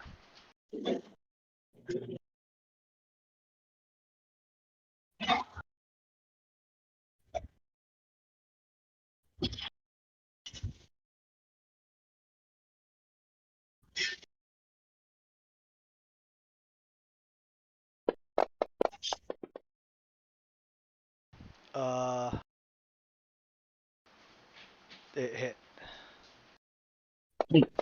Divine Foot. It deals 5 force damage, but all it does is break apart the shadow and it reforms off in the distance. Yeah, you heard I said Divine Strike. Divine what? Divine Strike. Once per turn, when I attack, I can do. I can't really see it at the moment. I see. But Divine what am I strike damage, like 1d8 that, necrotic. I do believe it is. I'm probably not at that level yet, but Oh, divine strike life, 1d8 radiant. Yeah. So you deal 1d8 radiant and destroy the last of the shadows that is not turned.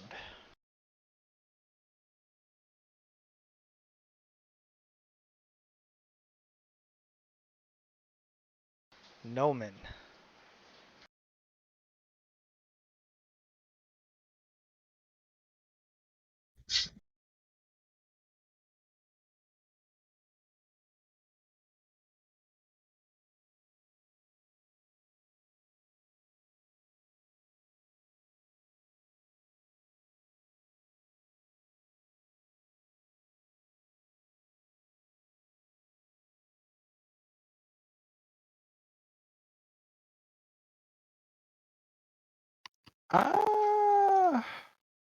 What even? Adaracus, are those shadows back in that corner, like there? Yeah, they're just like cowering. I mean, guess there's no reason not to stick the screws to them.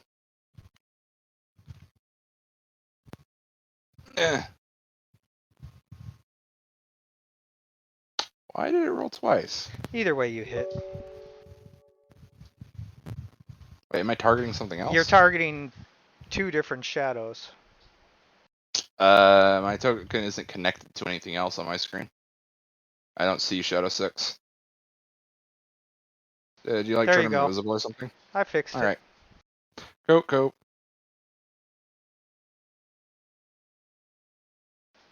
Boom!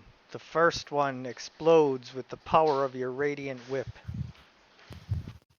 Yeah, with my other attack I can't use, I'm going to flex at the other shadow.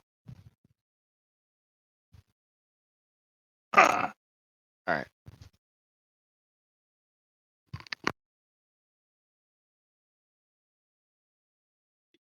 Hold on. Sort of.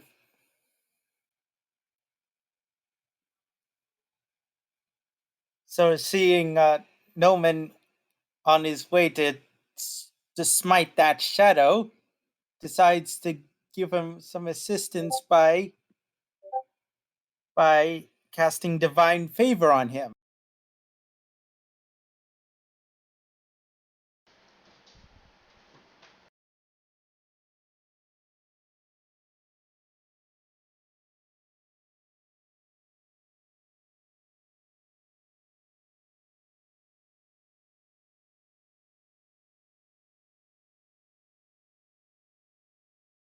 Yep.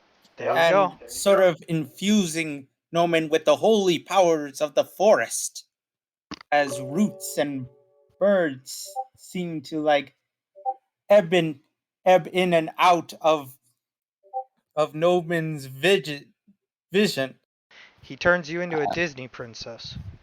I have to say, this like really incompatible with my chi, man.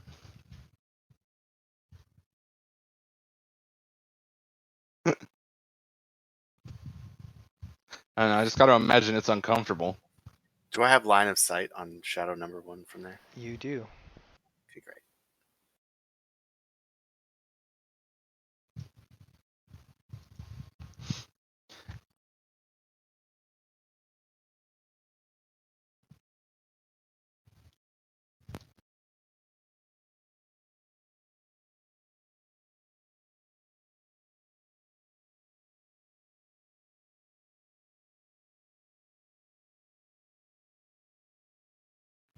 I can't untarget shadow number 6.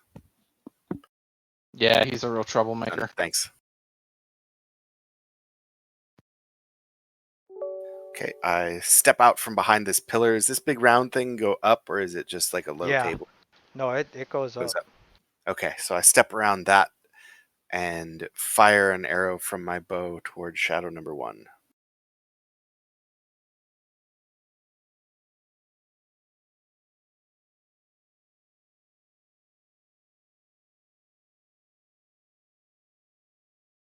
Wow.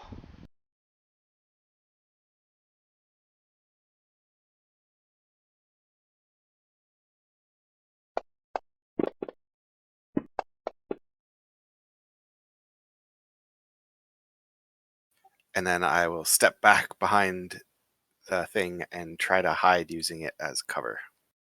Okay. Go ahead and roll stealth.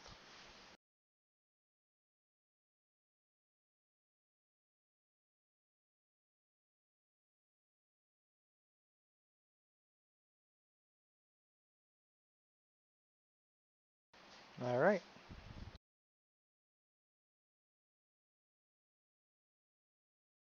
I am turned, so I can do nothing but cower in the corner. I don't know why I'm still on the board.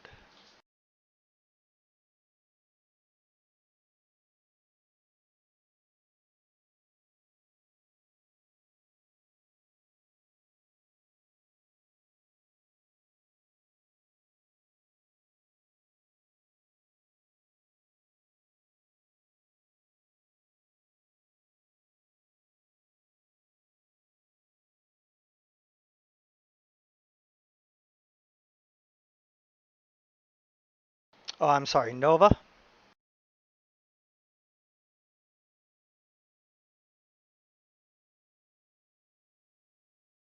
All right, what's still around? The shadow stick. Yeah, there's just one shadow left. Well, I'm gonna try to walk up and bop him.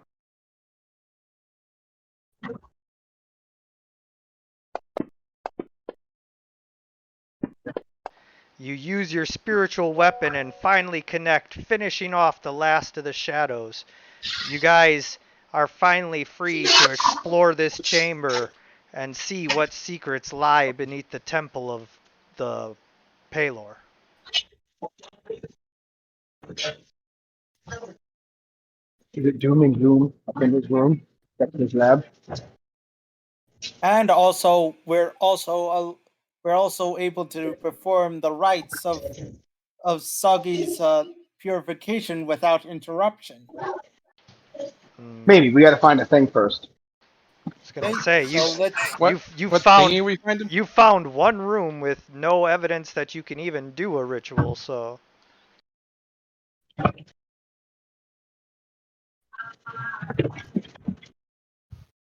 as Quillan begins to investigate, the first thing he notices is that there is something missing from inside the center of the whole pedestal up there.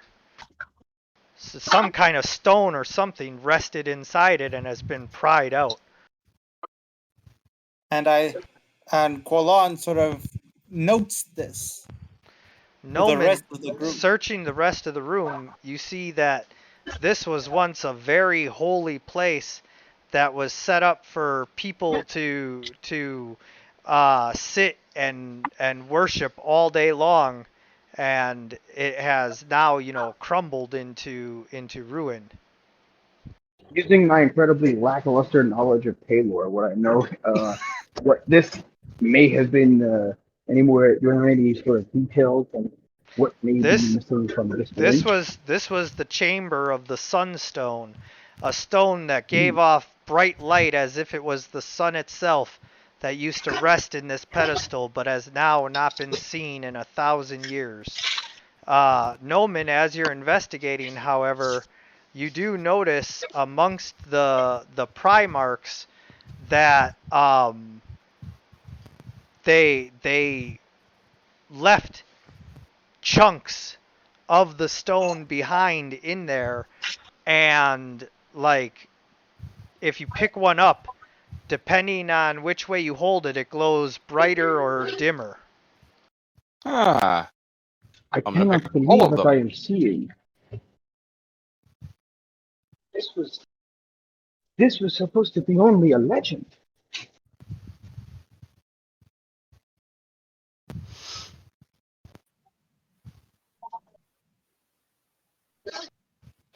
I don't know why, but these stones are very interesting.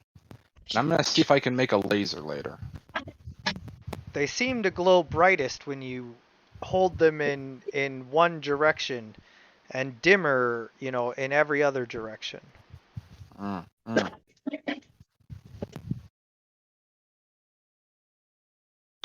Further testing required.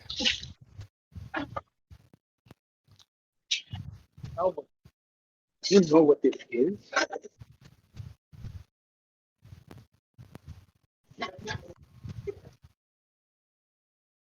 Noman, do you know what this is? Nova asks. Hmm. Hmm. This is glowy crystal. I assume it's infused with some sort of light. It is much, much more than that. Oh, so much more than that. It is rumored that a long time ago, before all things, before even time, Palor made the first thing in existence, the first star. And after many, many, many, many millennia, when that star burst, dust swept the universe. Some of that dust collected into small things like this, sun gel.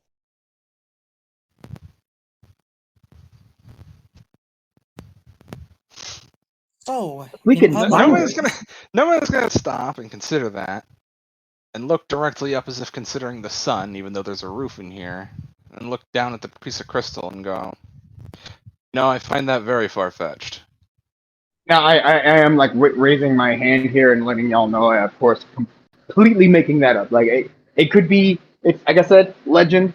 The DM may want to act on it if he Oh, wants, that is but the I'm that is the totally just. legend that these are coalesced pieces of the first star that Palor created, and that when they fell to Earth, they were a gift from Palor to fight the darkness. When early man was still rising out of caves. And I would See, contend, this stone unifies us all. This world, this others in the cosmos, you, I, even you know them. All of us are made from the dust of the first star.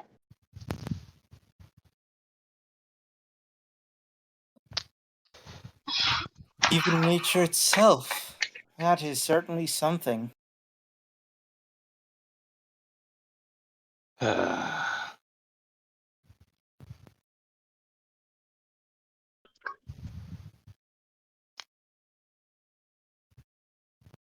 sometimes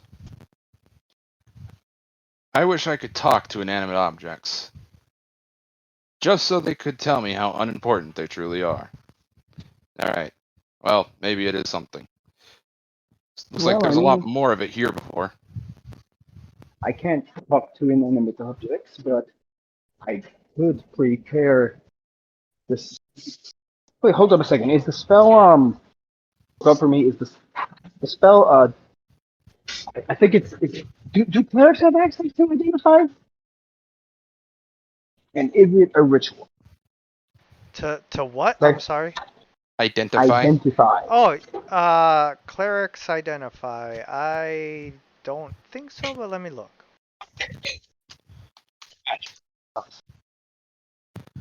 Uh, according to this, it's a bard wizard spell. Yeah. Oh, cleric of the And it's knowledge domain, but that's not you. Yeah, I'm not. and also, and if I'm right, If I was a knowledge domain, I Zaki. wouldn't be rolling ones on fucking religion. Be pain, Nova. What's that, Hazard? Warlocks know it. Maybe. I didn't look. Well, Not using that. let's keep going. Let's head to the main thing then. Is there a way for us to purify the desecration that has been done to this this room, this temple? It may be that the holy power of this room is what powers the temple above. While the place is in ruin, I would hardly call it desecrated. With this artifact here, these undead would be here just to prevent anyone from getting to it. This place is beyond holy, almost untouchable. I cede to your greater knowledge, Nova. Lead on. Well, I guess out of this little dead end room then. So do you guys take a short rest, or? Yeah, let's take some short rest. And I'll before we get to that short rest, unless other people don't wanna, I will use my healer's feat on everyone who has taken damage.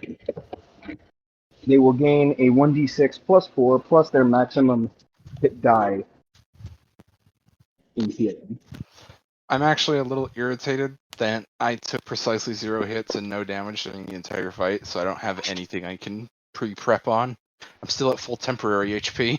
Alright, so you regain 15 of your lost hit points, Quillan. Yo, you guys want to hear something really cool? I severely underestimated the value of the healer feat. I thought it was like once a long rest. No, it's once a short rest. Nice.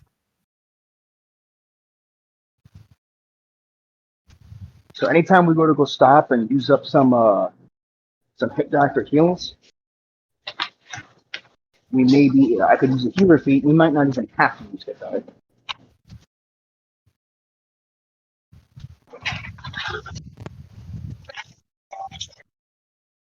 Just keep our resources high and spell list long.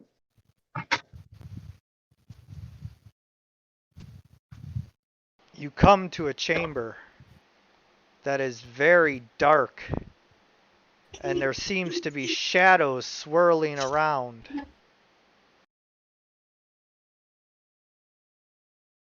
Okay. Was my light thingy doing anything? Oh yeah, here, let me set up your light.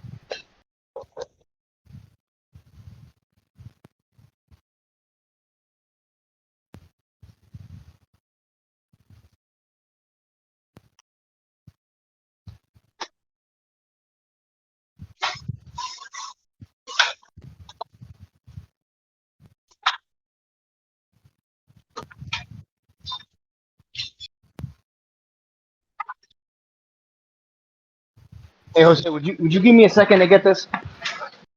Give me 1 second, brother.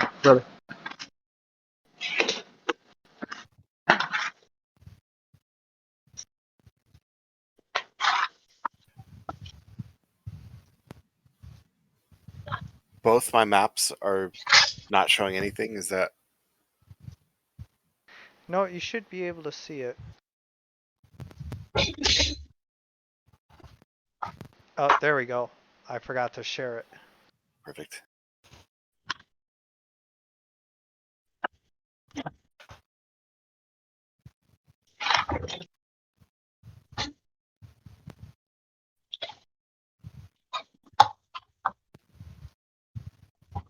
And I imagine as they enter, Soggy sort of weakly laughs as the shadows seem to swarm in a quick, creepy, not in his normal way laughter.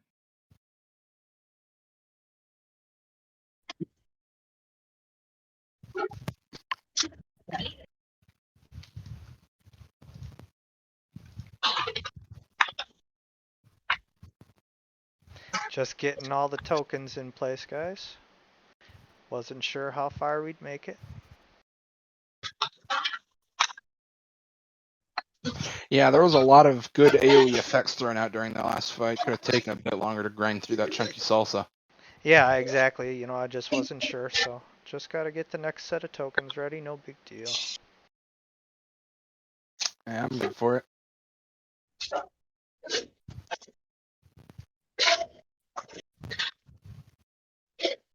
While we're waiting, I looked up something and I found a really cool idea for an idea of using control water, the cantrip, to shape holy water around a sword and then freeze it.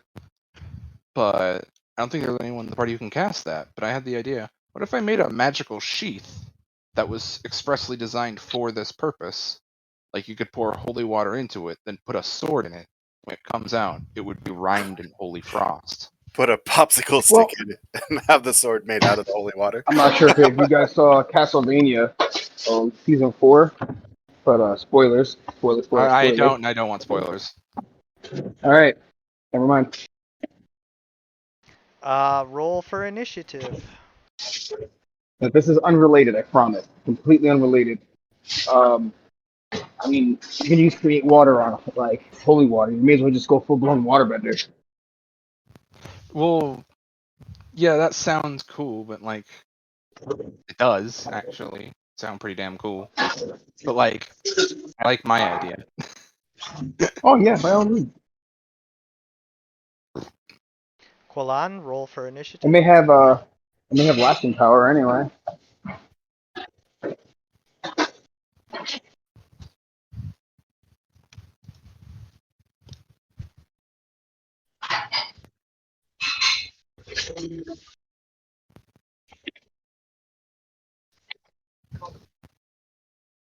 As you enter the dark chamber, Nova's light lights up a sarcophagus with shadows swirling off of it.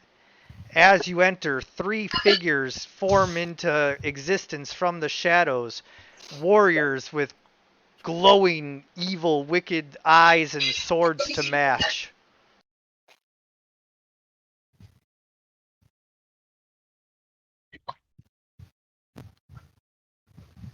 They say a few words, ask for the Oak Father's blessing on my arrow as I knock a silver arrow to my bowstring. Am I? Is there? I don't see anything that I could hide behind here. Is that true, or am I missing something? I mean, you could kind of like crouch behind the sarcophagus in the middle there, but yeah. Then I won't hide. I will fire an arrow. Oh, the sides of those stairs on either side, but like, you know, there's wraiths there too, so they'd see you. All right.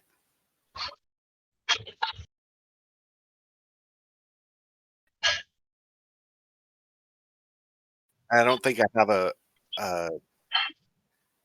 an entry for the silver arrows. I just have them in my inventory.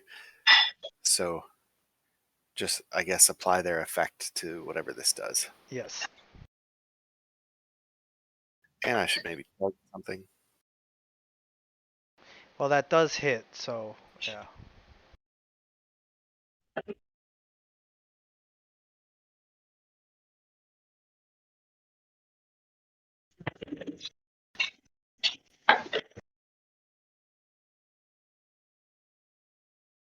Alright, so you managed to deal damage to the Sword Wraith Warrior, but whether it's through your magical bow or the silver arrow, you're unsure. Okay, that's the end of my turn. Nova.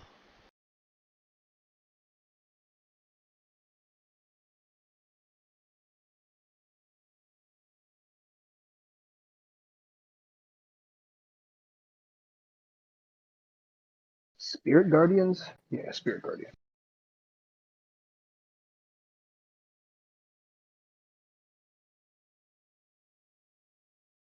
Summoning your Spirit Guardians, they rise up out of the floor and protect you in a 15-foot radius.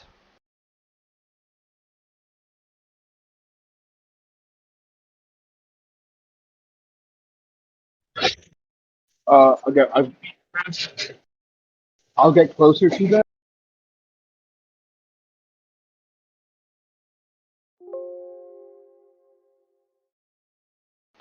Okay, you get a little bit closer, but stay safely at the bottom of the stairs where your allies are right there. All right, that'll be my turn. Probably next turn I'll Raider Resto. Hold on. The first Sword Wraith walks right into your spiritual dudes.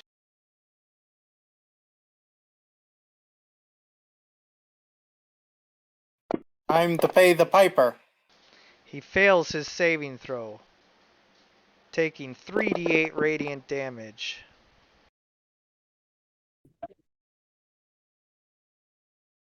And then I'll use my cleric ability from to add another D8. You'll use your what? Divine Strike. Okay.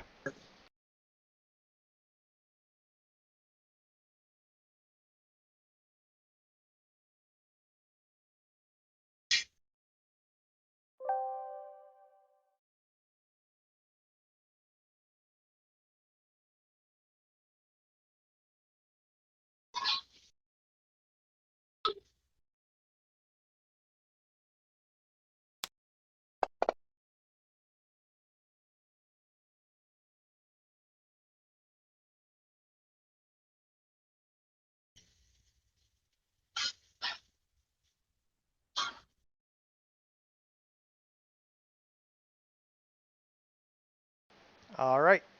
And then he attacks you.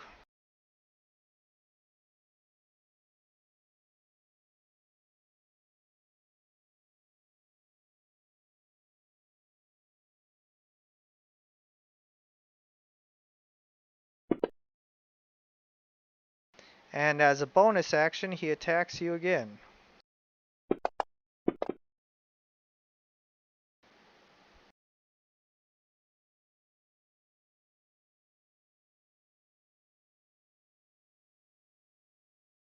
But now it looks like he's vulnerable to attack because he overextended his reach.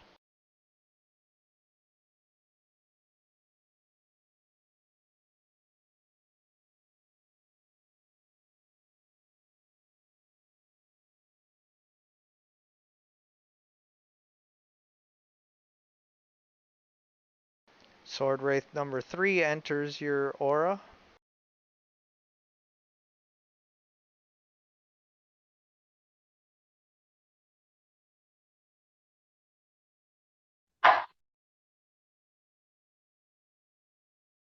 Sorry, I don't know if I missed anything, but my phone was acting stupid. I had to restart it. And fails his save, taking radiant damage. And then he attacks Quillan.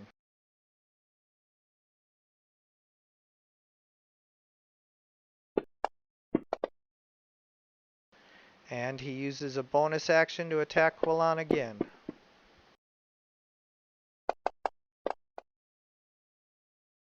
Oh, wait. Ignore that.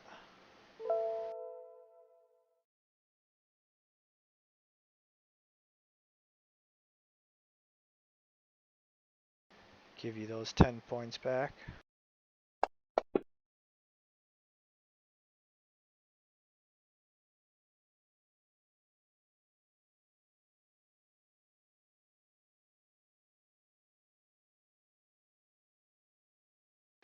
Quillan. Alon, seeing the sword wraith attack him, decides that this guy is in for a proper smiting from nature itself.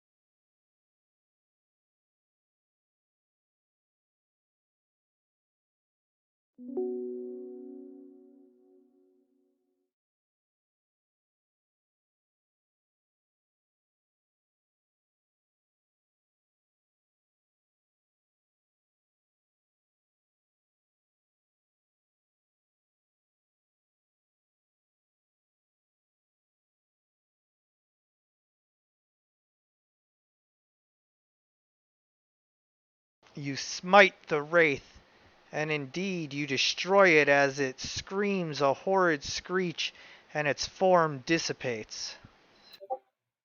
Dissipates into the wildfires of his smearing smite.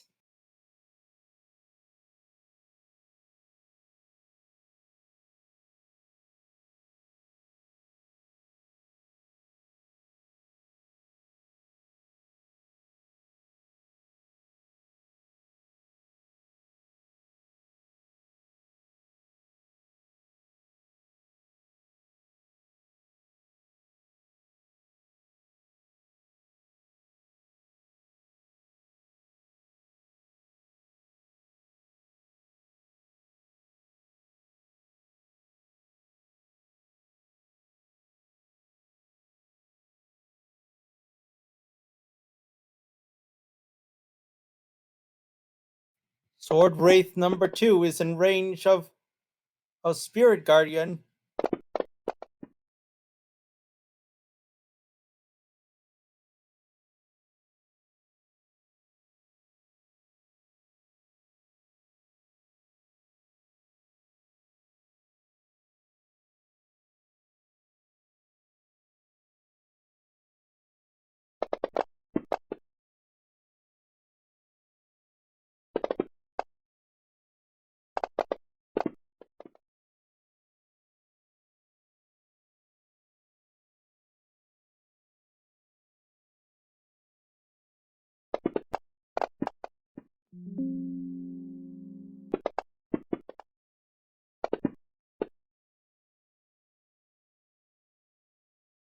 He attacks you twice, but you hold on to your concentration.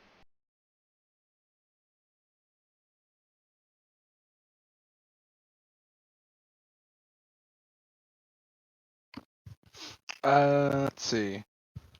I'm going to start by swinging at him with a punch. The fact that it missed is not relevant to my goals. Then with mobility, I'm just gonna slip past him and scooch in here.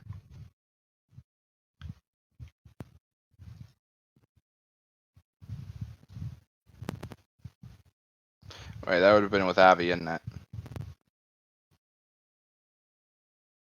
Yes.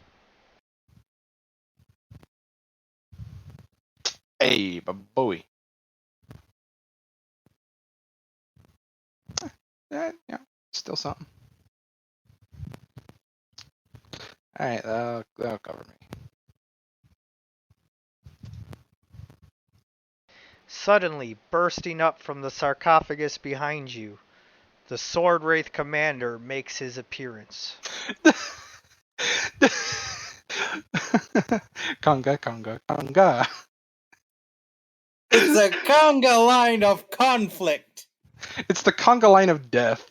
It's the oldest byproduct of the flanking rules in the game. Is he Conga, near me conga, on? conga! Assuming it's the start of his turn. Is Conga! he in my reading? He is not. Alright.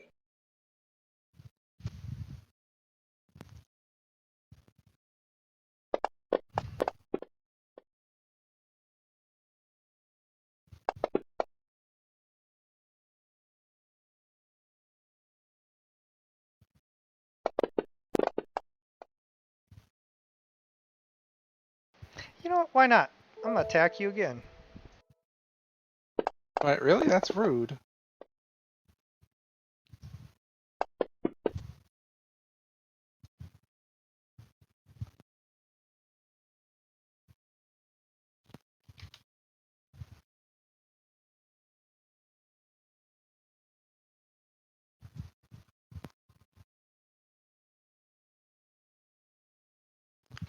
You would be leaping off of the edge of the stairs there, but it's only a 5-foot drop, so you're fine. But I'm just making it clear what's happening. Okay. I drop off of the edge of the stairs into a crouch, try to hide.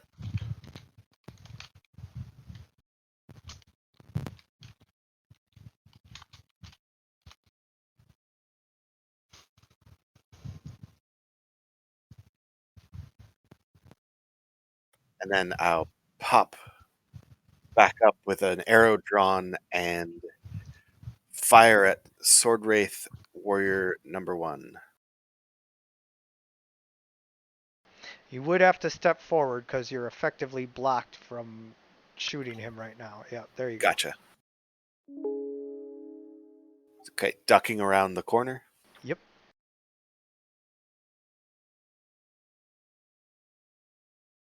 Regular arrow? Yes.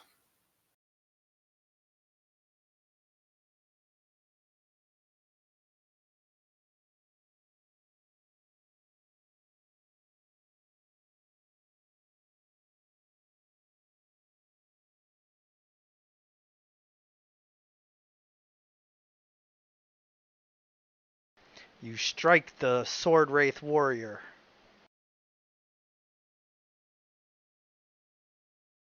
You deal a whole bunch of damage, and his form dissipates as your arrow strikes him through the head.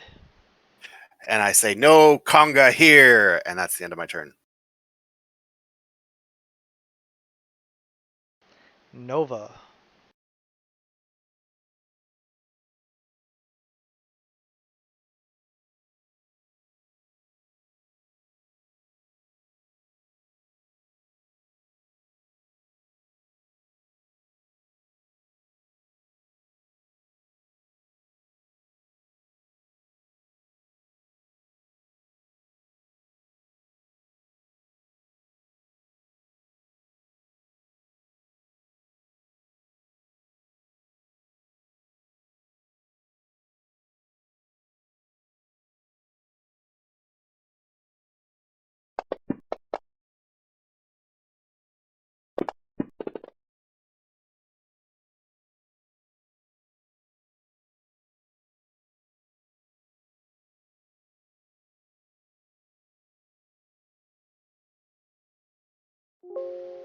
Nova.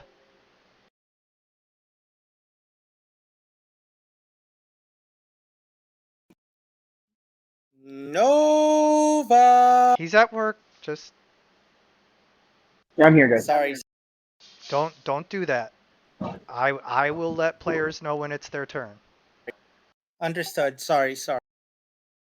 I will go to Kowalan. I think it should be close to me. I think I don't know the actor. But I'm gonna cast Greater Restoration on him, assuming he's still all on screwed up. Quallen. I actually moved you forward so that the Sword Wraith Commander would be in your range because I figured that'd be what you'd want to do the most. Yes. There'll always be more time for damage, but in order to make our party more effective, I'm gonna make sure our paladin's able to hit things. Well, you still have enough movement, so yeah, I guess you can move back over here. Sure. There you go. I'll go there, cast Greater Resto, and then I suppose I'll move back or as close as. No, you don't have enough movement for all of that, but because you went Okay. 5, 10, 15, 20. And that's gonna be my turn. I'm gonna be making a lot of noise, so I have to mute myself. No problem.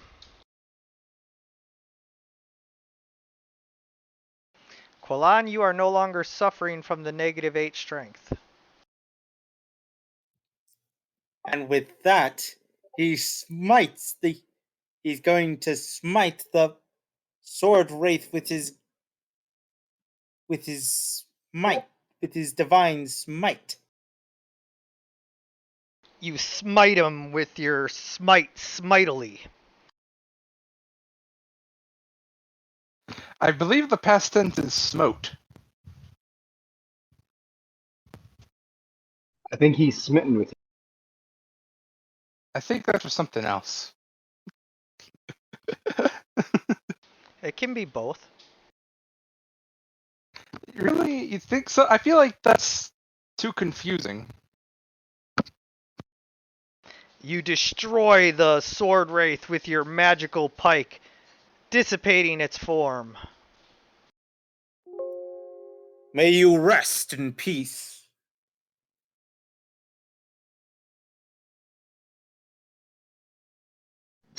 Motherfucker. All right. Well, I'm gonna punch a ghost.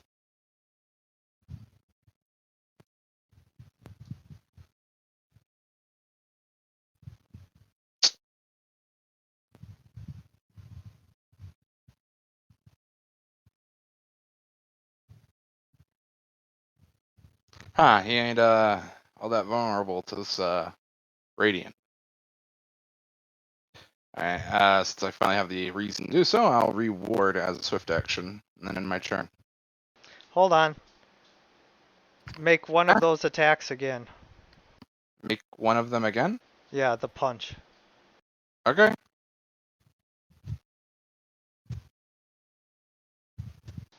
Why isn't this working? Alright, Hold well on. working. Hold on. Okay. I'm trying to make something work.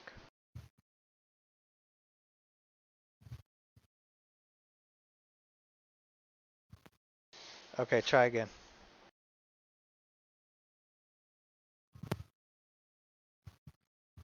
There it is.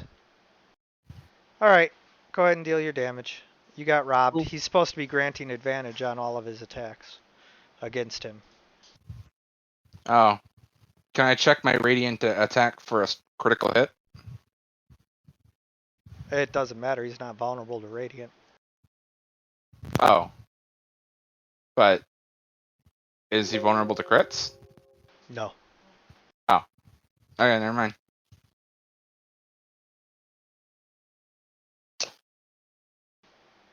And I attack you.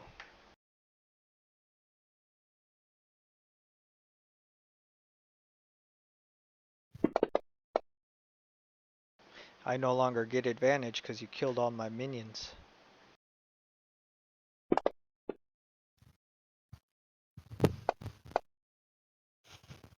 And then I just get bored and move away from you taking the attack of opportunity because I don't care. Okay.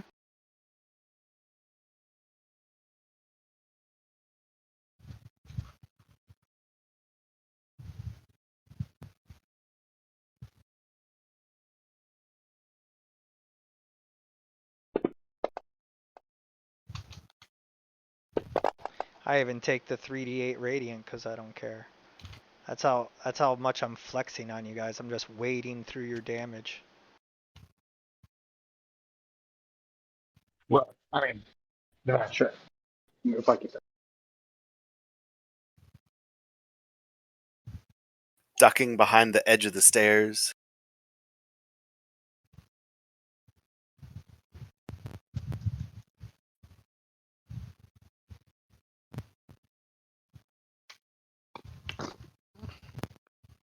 And I will pop out with another attack against the enemy in front of Nova. Yes, the Sword Wraith Commander.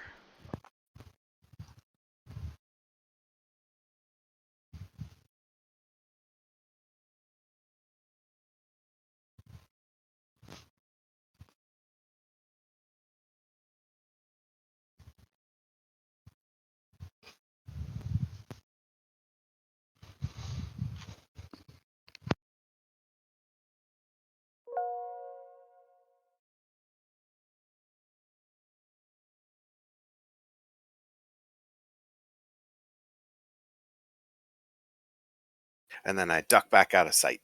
And that's the end of my turn. Nova.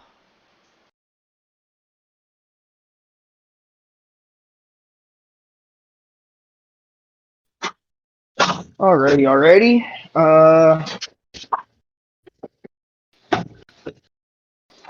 Give me a second. Anybody need some heals? Not especially.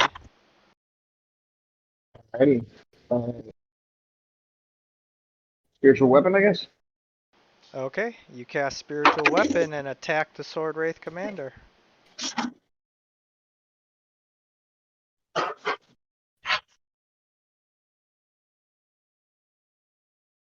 Well, bonus action. There's also a level of spells. Wait, and that's gonna be my turn. Level 2 Spiritual Weapon? Yeah.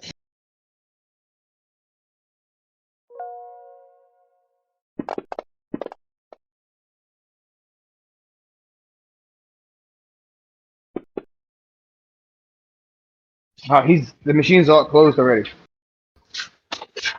Qualan.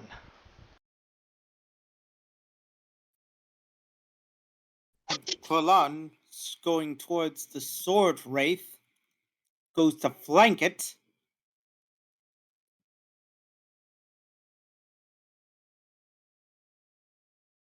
And how much does that add?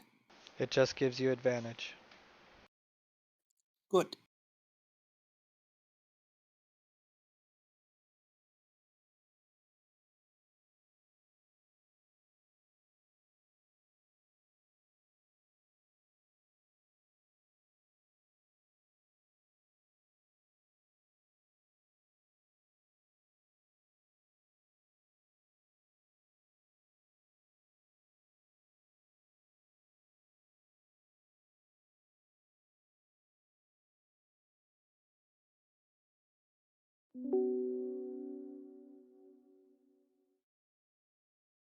Smite, striking its back with his divine pike.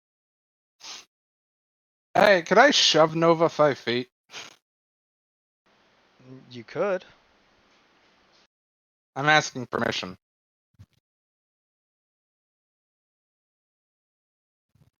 Yeah, I mean, if she willingly allows you to, then it's not even a check.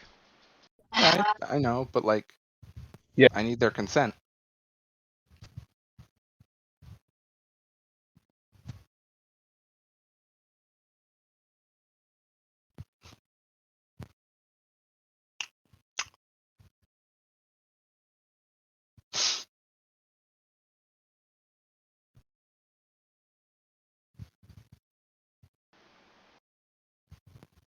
I'm gonna go with yes. Cool. All right. I'm gonna come over here and use my first thing to push them a little out of the way, and then I'm gonna strike the dude with the whip. Sorry, I said yes. I assume so.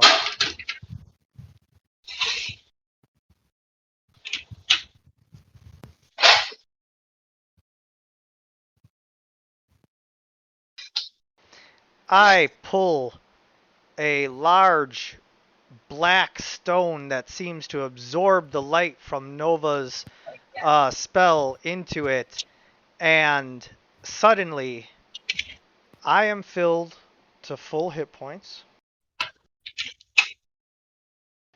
I have advantage on all of my attack rolls, and Cantrip? Jesus. the three sword wraiths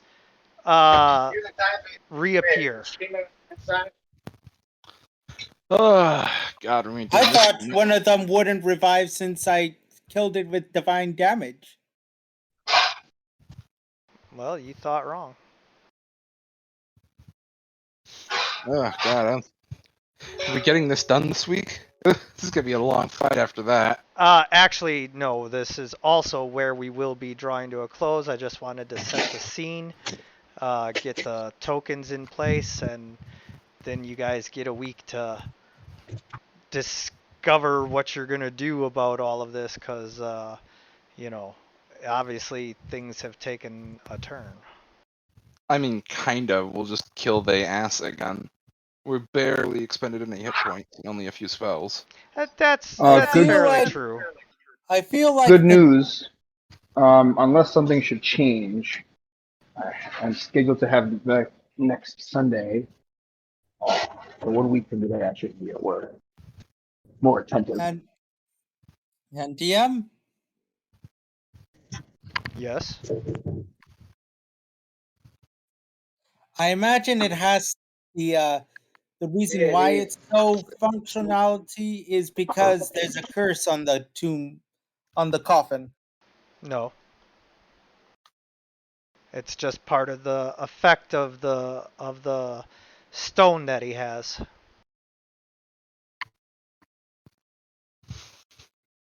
Ah, lovely. All right, so the 3 wraiths appear like so, and you guys are set up like so, and we are going to finish off this this round, and then that will be the end. So immediately, all 3 of the sword wraiths act after the captain commander summons them, and the first one rushes in and attacks Qualan. Fine. 'Cause as soon as the campaign ends, I'm like walking out of work. Oh man, sorry. Just my luck. One. Out of here. Alright, let's see. Hit my time switch. Sorry. I'm giving you those 7 hit And points let's back, see. Qualan. Yep. That's what I thought. 17 hours. Good night. Who's still here? Hello? Are you talking about in the chat? We're all still here. We're still in session. Hello? Anybody here? Yes. I'm here. Yes, we're all still here. We're all in session. All right, number 2 attacks Qualan.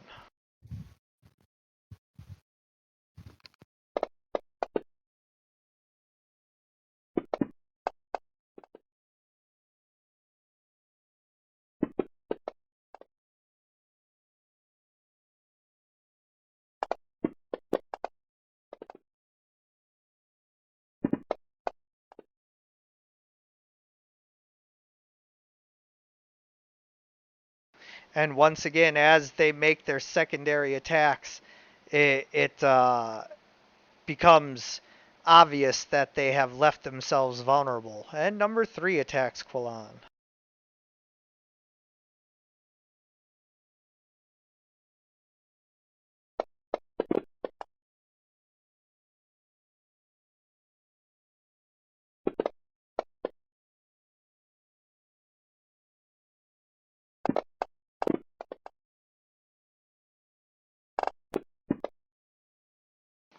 So Qualan gets kind of beat up right at the end there. But that is where we draw to a close. Oh, there we go. For Yeah, this, I'm like trying to talk to you guys, and I'm like, what's a voice chat? My bad, guys. Yep. So that is where we draw to a close for this session of Heroes Wanted. I want to thank you guys for playing. I want to thank anyone who's watching. And as always, everyone, good gaming. Gaming.